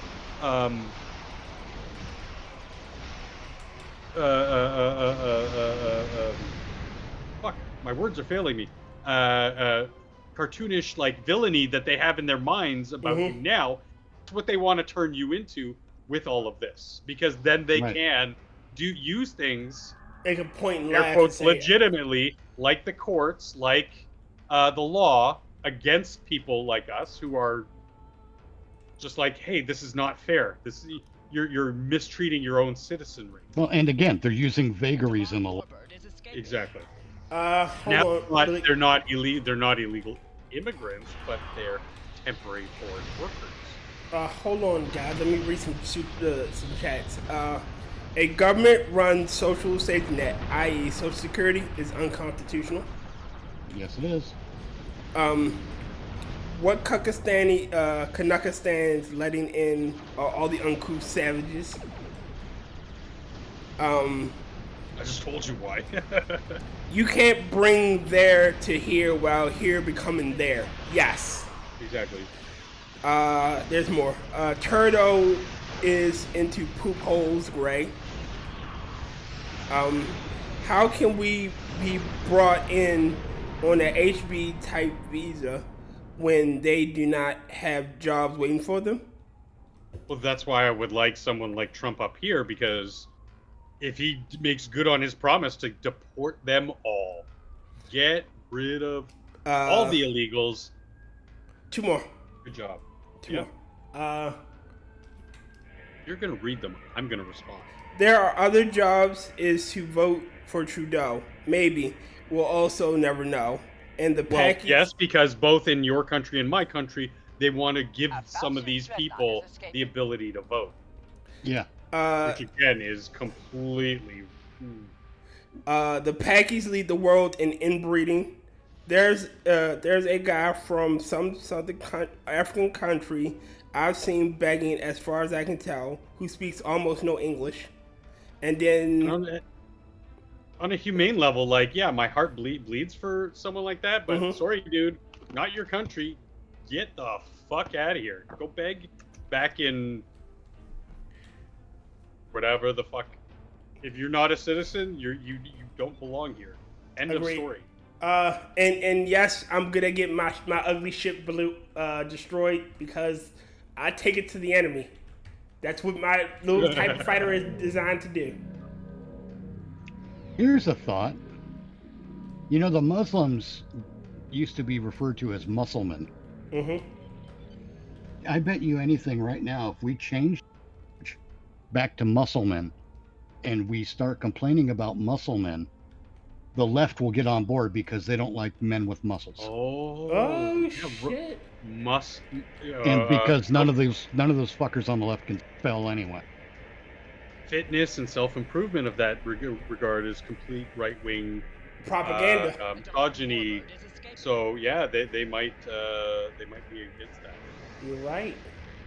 Your ship is so tiny, Tier. I'll give you another. Because it's a little tiny fighter. I'll give you an example of something to back up my idea.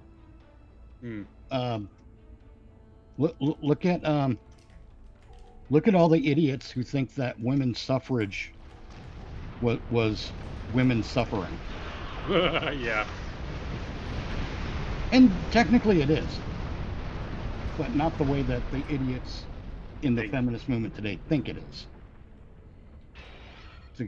Basically, suffrage means you have responsibilities that go with your rights. Again, if you want to be my equal, then you need to do everything I do. Yep. No, if I gotta go for selective service, you gotta go too. I mean, but that's why I like the idea of service gives you guaranteed citizenship. Right. Service guarantees citizenship. In a sense, not citizenship. I think anybody can be a citizen, but more so the problem. And it doesn't have to be military service. It just has to be predetermined by the local populace what that is. Service to the country. No, okay. How about just regular civil service? So even if it's hold on. Even if it's something is yes. It definitely should be the most respected version of that should be military service. However, it could be something as simple as for 2 years you picked up trash or something. I'm going to throw some fun wrenches in there for you. The first one, military personnel take an oath to uphold and defend the U.S. Constitution. Domestic, yes. You cut out after Constitution. Defend the country against both enemies, both foreign and domestic. Oh yes. And I'm back, baby. Rotten Corpse is back. Okay. Yay. How is the military done in combating the domestic threat? 0. That's how. Yeah. Okay. So, why am I thanking a vet? And again, I'm not saying that what they do. I'm just making a counter argument here. And I'm doing it to illustrate a point that I'll get to in a bit. Okay. So can anyone answer me that, though? What? Why are you thanking a vet? Yes. Because they helped your dog? did their service. Yeah. No, I can disagree with the commands that were given down to them, but they just, I mean, you're training them to be murder bots. So you're not training them to be, exactly free-thinking people. So even the people in Vietnam, even though I disagreed with Vietnam, I still felt bad and respected the personal sacrifice that somebody who was in the service did. The bigger problem with Vietnam and Korea and whatnot was the fact that too much of that was decided by politicians and not by actual military leaders.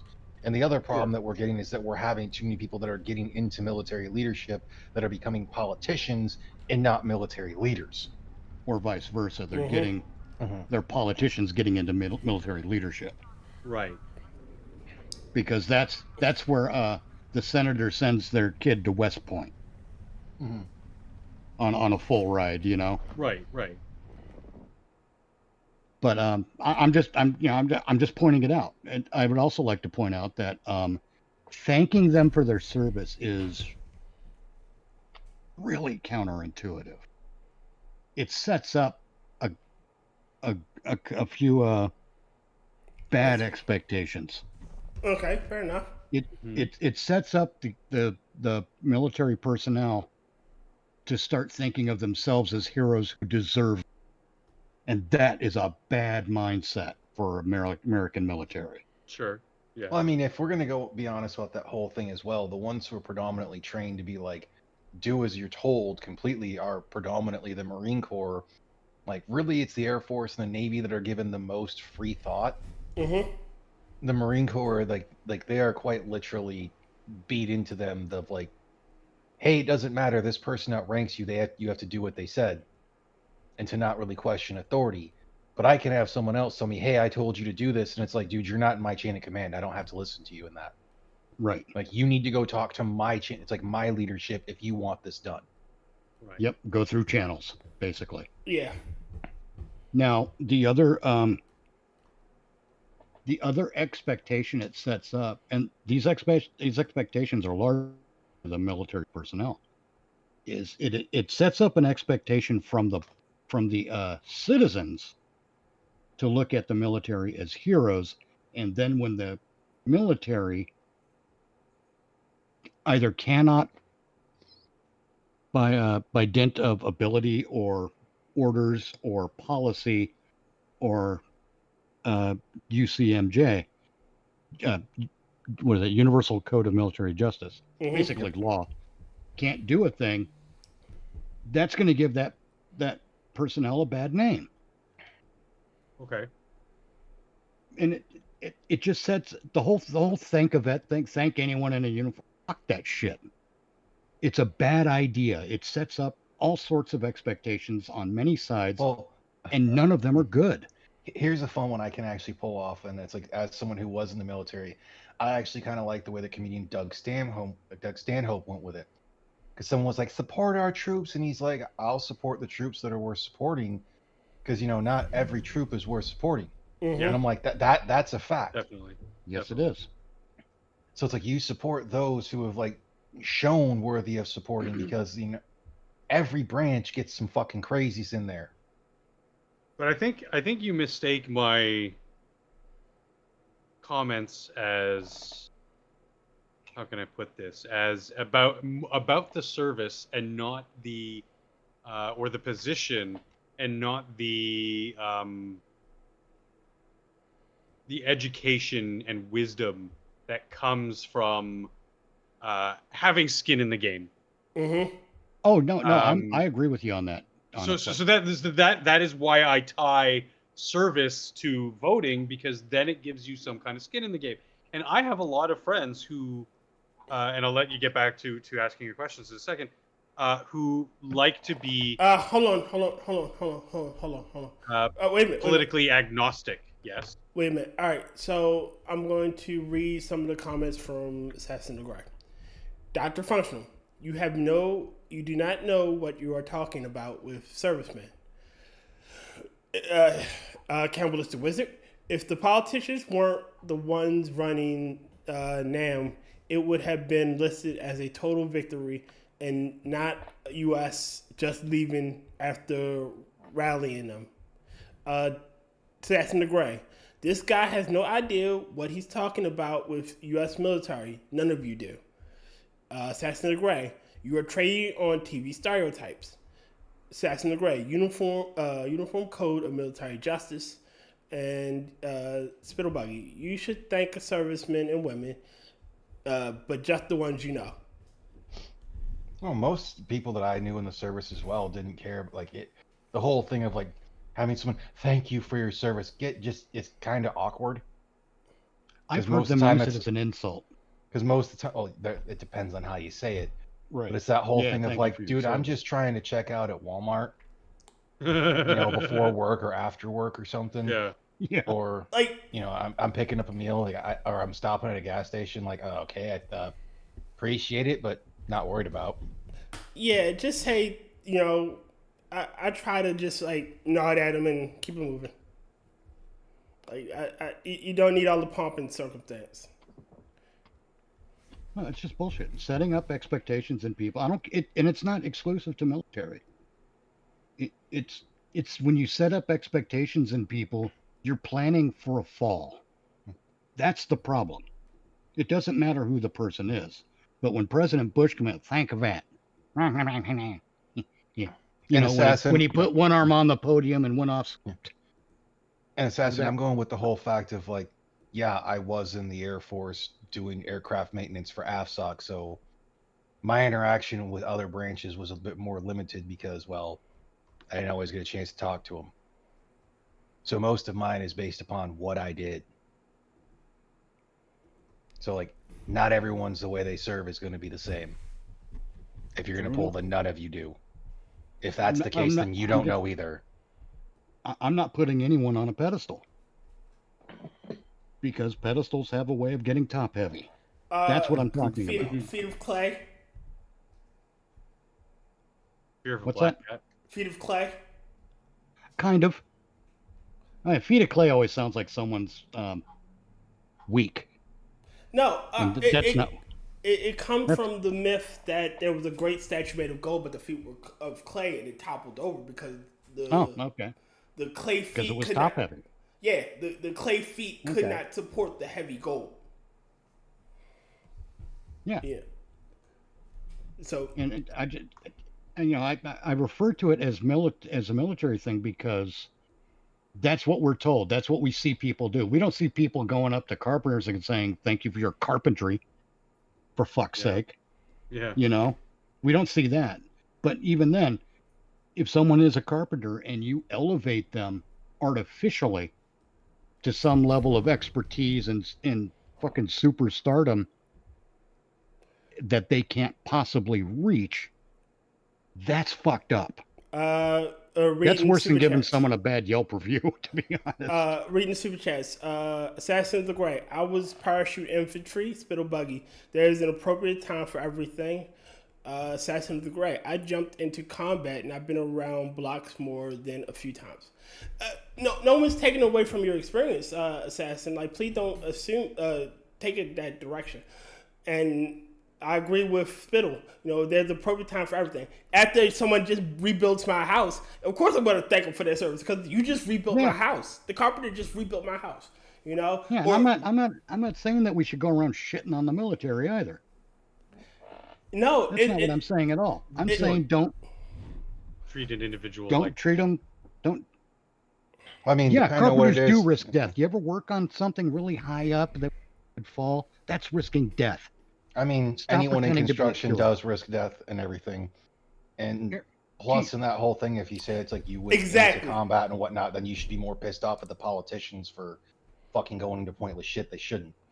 Exactly. Yeah, you should have exactly what I was talking about earlier. You should have that. That's you having skin in the game. Literally, I don't see where. Spittle said it best. I thank people who do a good job, and hopefully they take it as men. I thank the bus driver every day that when I get home, like when they get me to my stop every day. Thank you, and you be safe out here. That's all I say.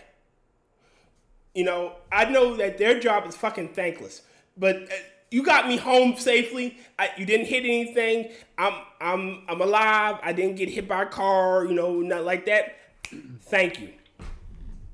Yeah, being a chef, I never got any of that. Like, nobody came back to the kitchen in the back of the kitchen and said, "Thank you for my hamburger." Like, fun. No one ever thanked me for appliance repair. Well, maybe after I fixed their stuff. Yeah, that's what you're supposed to do. Like, Jesus, thank you, Travis, for fixing my TV. Now I can watch big titty porn again. But that's a direct exchange of good and services. Like, it's just.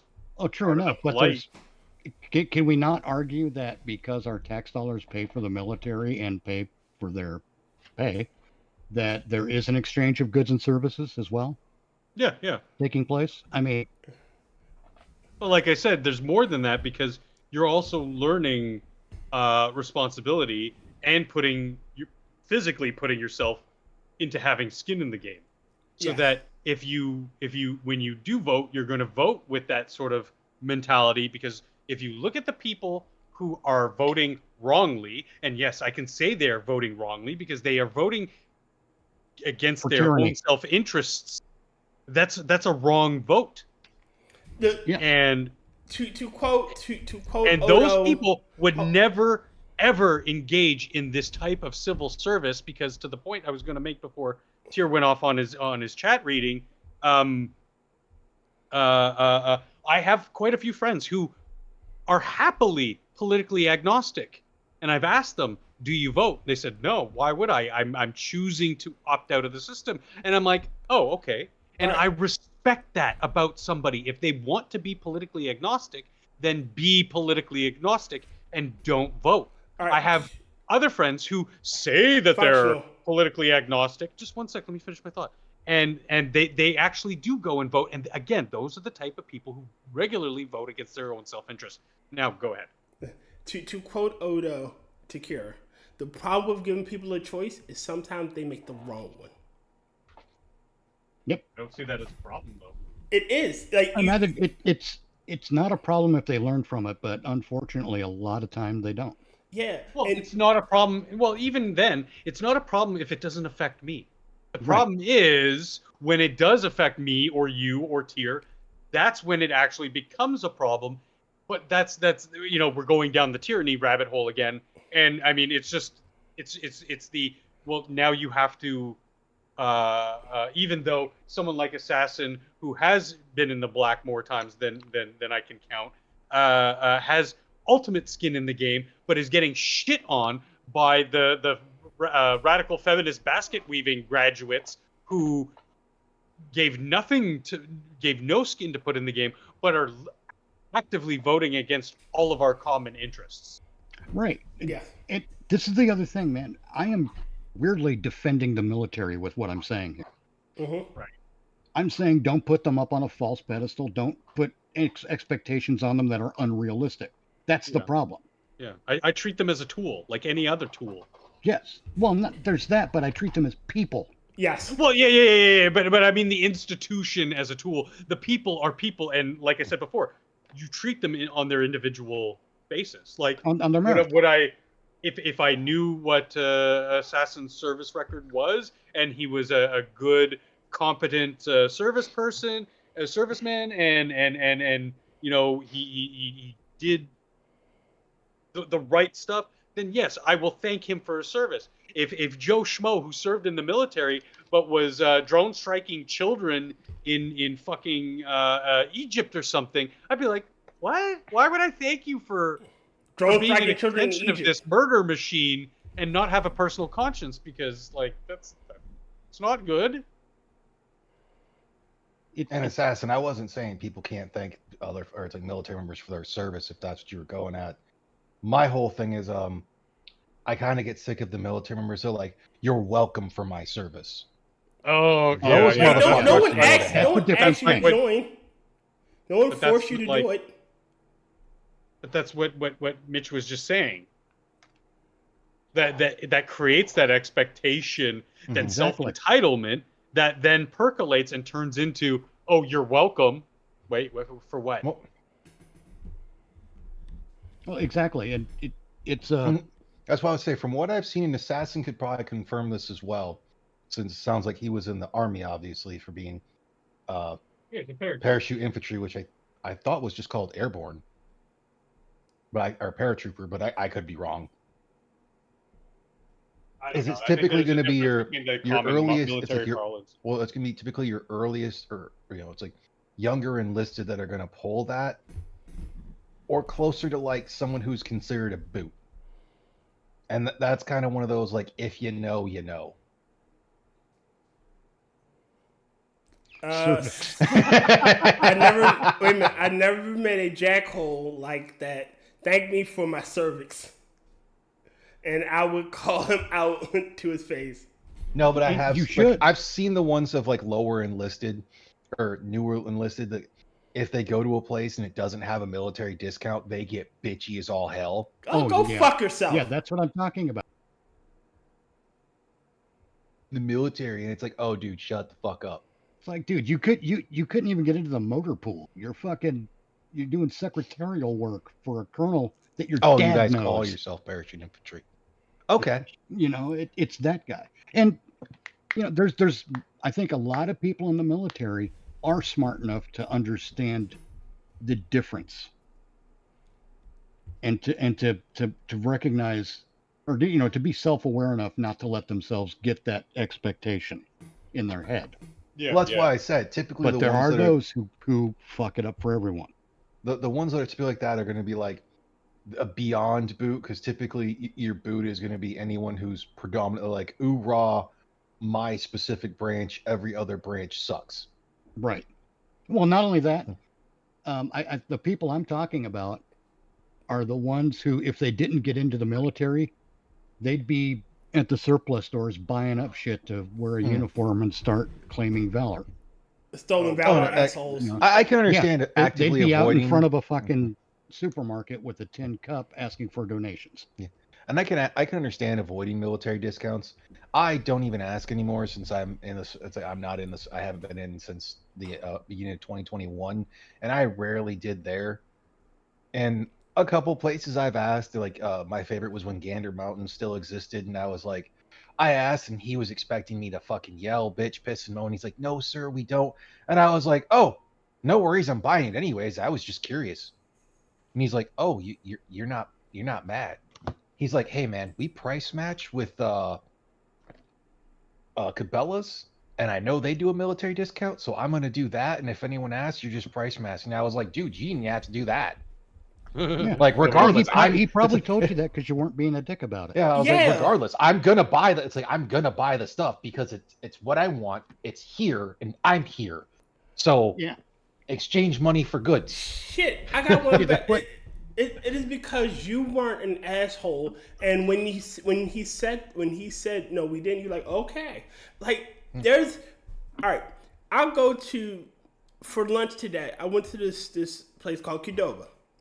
Normally, they don't give a discount, but I'm usually one of the more polite ones. Like, okay, well, it is what it is. They give me extra shit. I don't ask for it. They do it. Oh yeah. I'm not a dick. See, like I tried to do the service thing. It conflicted with my personality. It wasn't for me, and I still had that notion of I still want to give something to my excuse me. My community, so I just volunteered my time to teach kids about computers, how to use a computer and stuff. Like I volunteered my time at public schools to teach. Yeah, but you went about it the right way. That was one of the things I hated for our EPRs, our enlisted performance reports, in the Air Force, because they always wanted you to have some form of school and it's a volunteer thing. And it's like, dude, you're not helping with this. Like, you're not helping, as our book says, to be a more well-rounded person, if not just a more well-rounded airman. And like, well, it's good for the community. It's like, yes, but when you can go there and you ask 10 out of 10 airmen and 10 out of 10 airmen say, I'm here for a volunteer bullet, they're not doing it right. They should be volunteering because it's something they care about. Yeah. Like, they got mad at me. I say that because they're like, why didn't you volunteer for anything? It's like, because I haven't found anything that I actually cared about, and even if I did, I wouldn't tell you because it's none of your business. You want to know the great unspoken secret of volunteering? You really want to know what it is? And you're going to see this is bullshit as much as I do. This first came to my attention when it was a requirement for high school students to community service. Hey, Tragic Garnet. Yeah. When you're, which is volunteer work, by the way. When you have a requirement to do community service, which is volunteer, I'll be back. It is no longer voluntary. It becomes mandatory. Yeah. And because you're not getting any recompense for it, it is effectively slavery and a violation of the 13th Amendment of the U.S. Constitution. People need to be calling shit out on that basis. Even in the Air Force. If the Air Force is saying that you have to do some kind of community service to achieve a thing, that's slavery. That is illegal. Constitutionally. I know I'm being a dick. Go on. What happened? What'd I miss? I mean, you are the diplomat. That's true. How you doing, Tragic? I mean, be a dick all you want. Just don't be wrong. Yeah.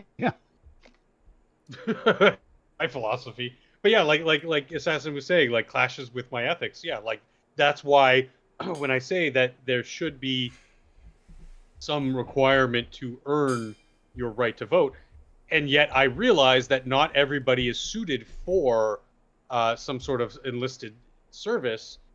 And, a lot of the people who, and this isn't a slight at anybody, but a lot of intellectuals, like actual intellectuals, not the faux intellectuals, but, they're not the most physically adept people, but I still want those people to be able to earn their way to a vote. So even as a younger person, I realized these are my convictions. I should stick to them, even though there's no reward at the end of the rainbow. There's no ulterior motive. It's just practicing what I preach, to use the old adage. You know what I mean? Service guarantees citizenship, but it doesn't mean service has to be military service. Well, to go back to what I was saying about the fucking thing. Like the volunteer thing is technically the only thing they would dock you for is the fact that you hadn't done it, so your EPR wouldn't look as good. Because, like usual, when it comes to performance reports of any job, they're absolutely fucking idiots that think everyone's supposed to be, because, like, for the longest times, ours was 1 through 5, 5 being the best. Well, you can't rate everyone a 5 because that means 5 is average.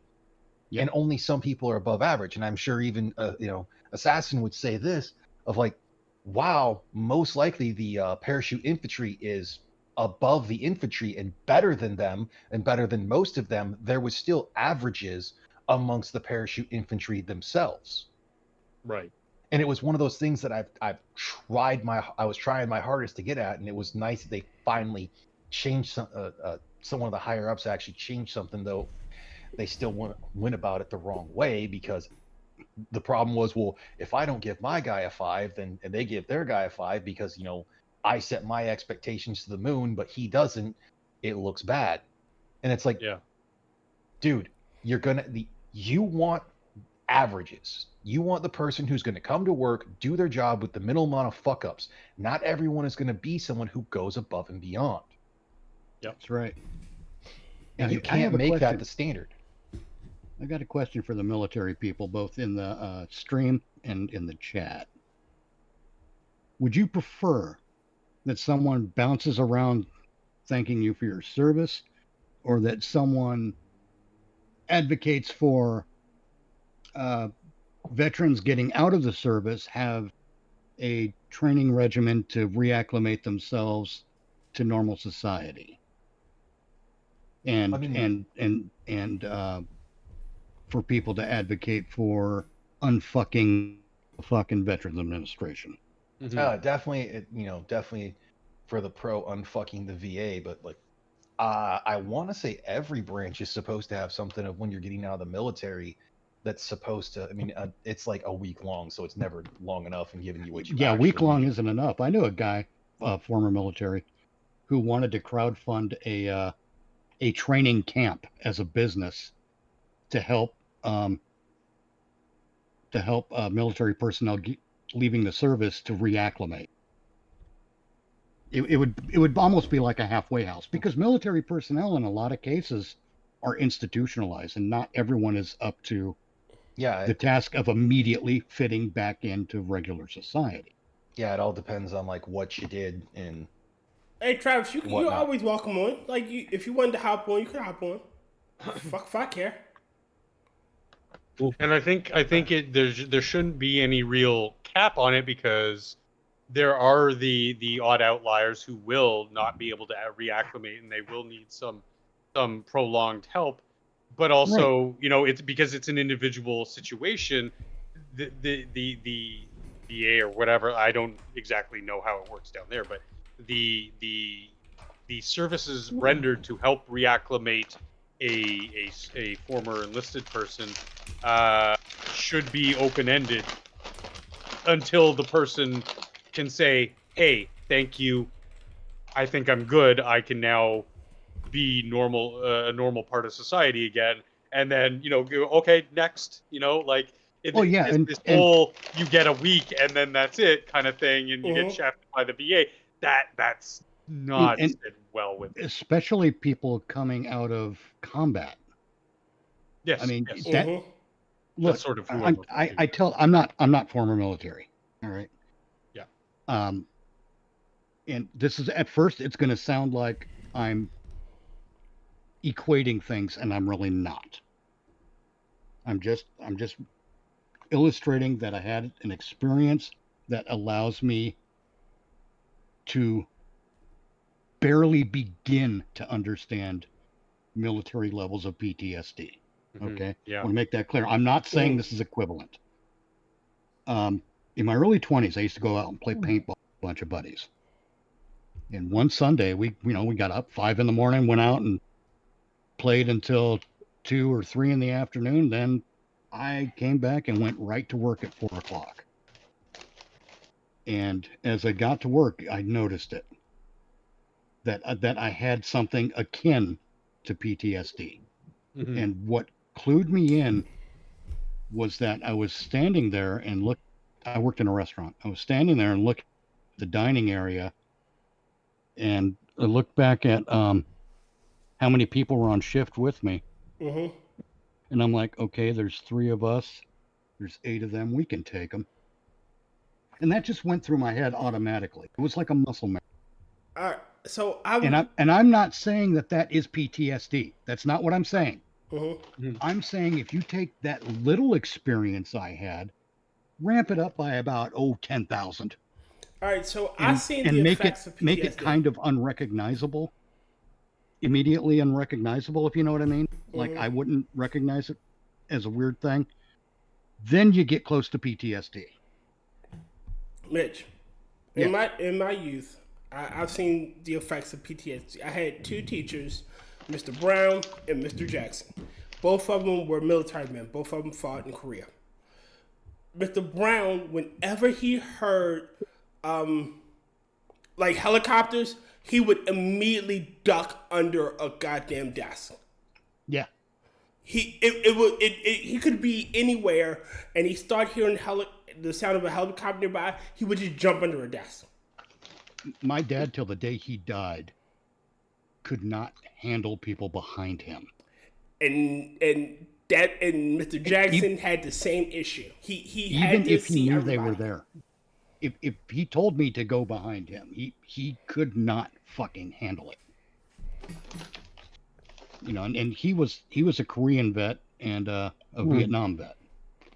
You know, in fact, they wouldn't let him go back to Vietnam. He wanted to, probably because it was the only place he felt comfortable. Yeah. So it was always a disappointment. I didn't really get it till later. I was always really disappointed when my grandpa never went to the 4th of July celebrations with us, and then I didn't understand it. I didn't understand it until probably I became an adult. I was an adult, and I'm like, oh yeah, I got it now it just clicks in, and you're like, yep, because he was in Vietnam, so I understand that. And a lot of things we don't see as children, we look back. Like again, I'm not gonna lie. When that shit happened, in my child brain, that shit was hilarious. My adult brain looking back at that, now I should fucking feel sorry for that man. God only knows what the fuck he went through. Like God only knows what got him to that point.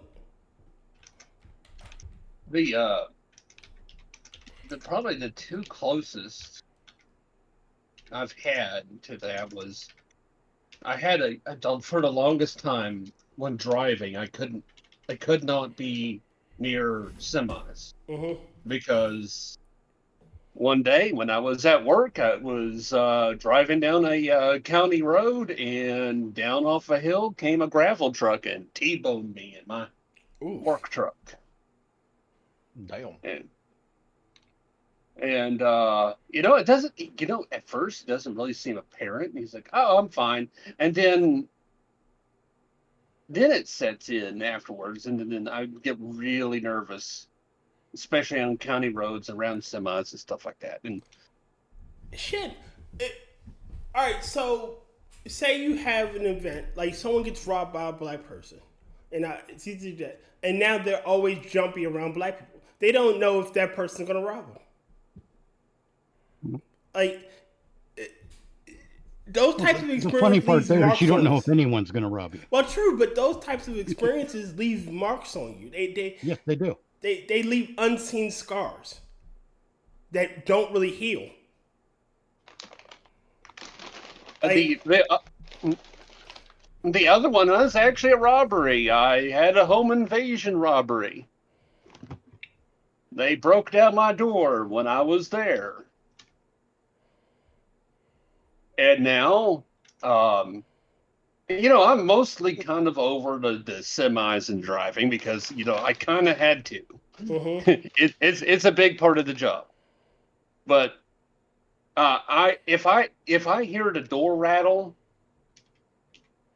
it still sets me off. And that was about 13 years ago. Yeah, it's weird. It really is. I mean, I'll never claim PTSD because, I was pretty close to a couple mortar attacks and whatnot, and I'm just mildly paranoid, which is why I hear anything outside my door. And like, I live in an apartment complex. Like, I immediately turn over, staring at it like I'm a fucking meerkat. Look, I live alone in my house. It's just me and the cat. I hear anything around my house, I'm immediately looking to see what the fuck it is, and I'm grabbing my bat. Like, my bat is beside me. Huh? I didn't know you had a kitty. Yeah, I have. You never hear me cuss her out because she attacked my ankles while I'm trying to stream? I thought you were just schizophrenic. Jeez.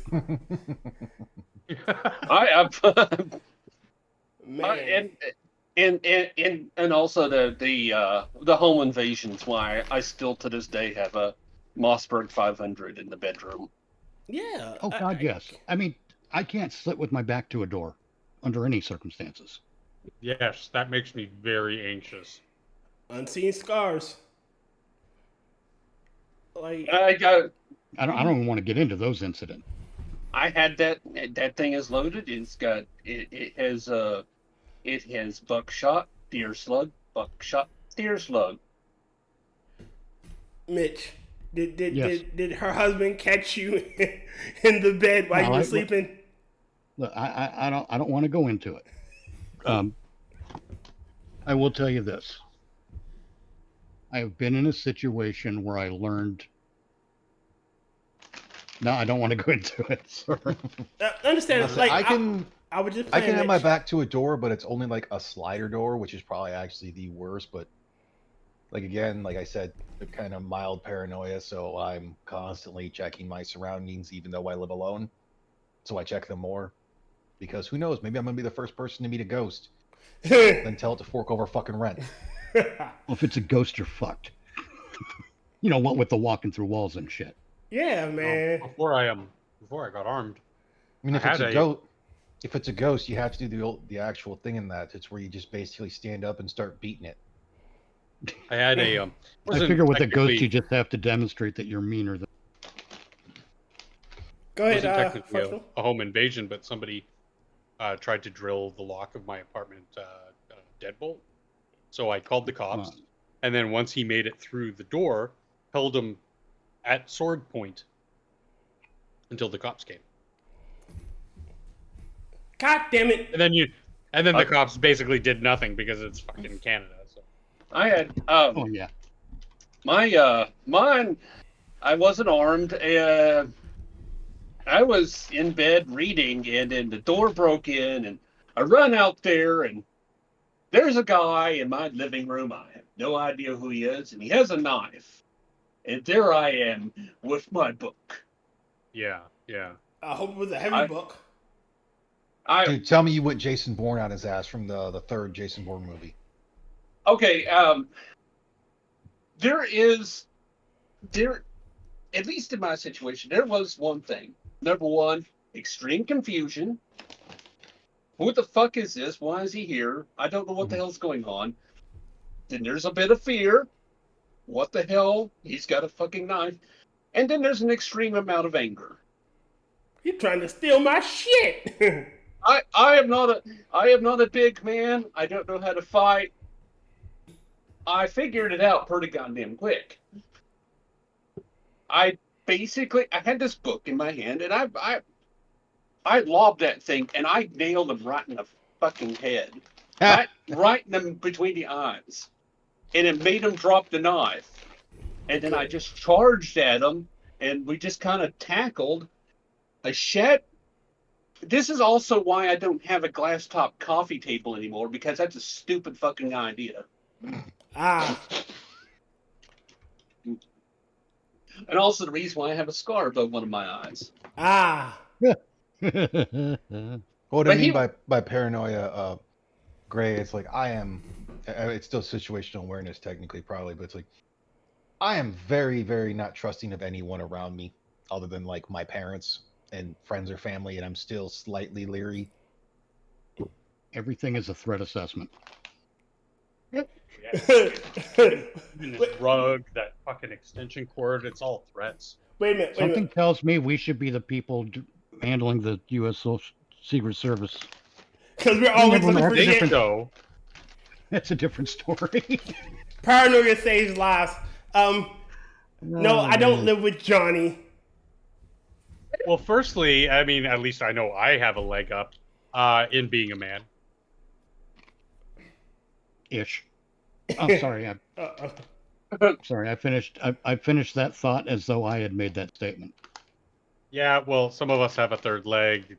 Some of us are Mitch. Oh.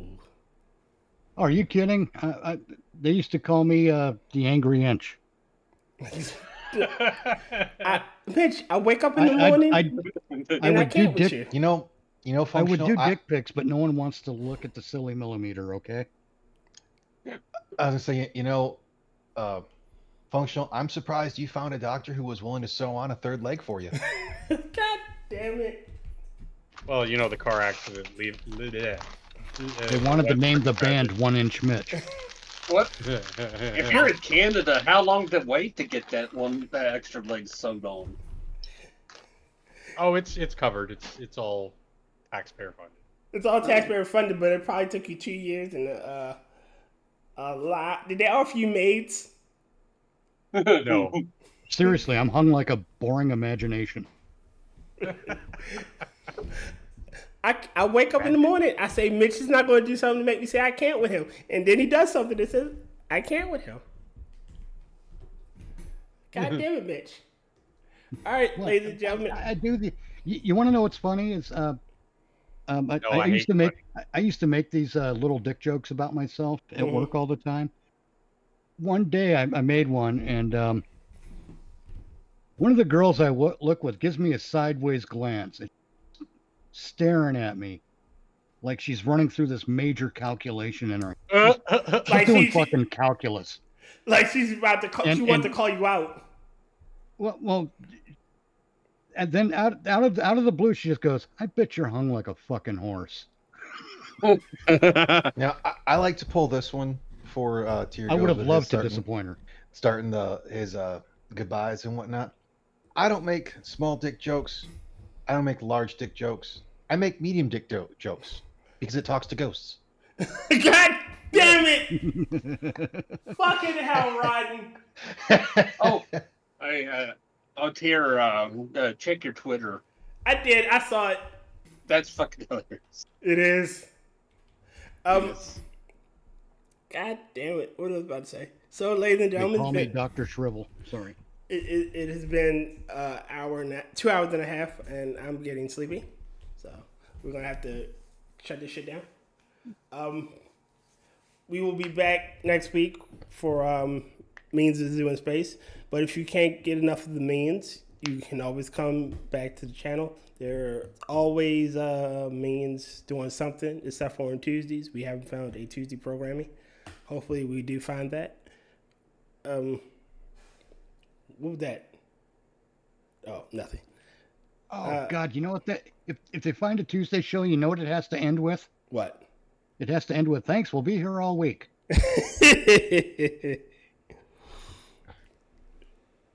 Sorry, I'm being that guy again. I was about to say something, and now you threw me off. God damn it. Was it about Never Watch Alone? It was about Never Watch Alone. God. If you can't get enough of me, Mitch, and Dr. Functional or Rodden, you can find us on our channels, which are somewhere in the description. I don't know where they are. Me and Mitch and Functional will be back Tuesday. Well, not on this channel, but Thursday. Sorry, on my channel for Never Watch Alone. We are doing, what is that movie called? Caveman. So that should be fun. Parting words? I will use the Yankee Marshals, love them or hate them and whatnot, and that is until we see you next time. Be safe, or it's like always carry and be safe. Oh, God, let me see. Final words.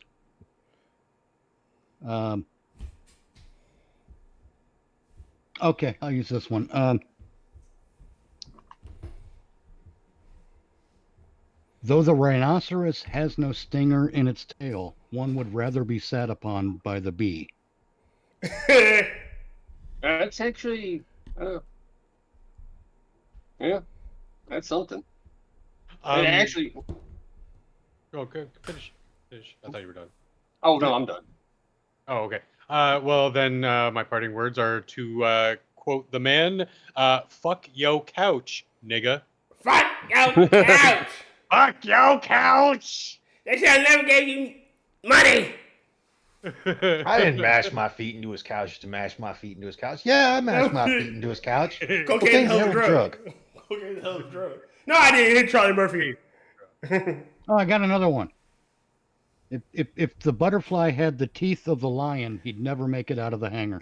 What the hell, Mitch? Those are my parting words. What the hell, Mitch?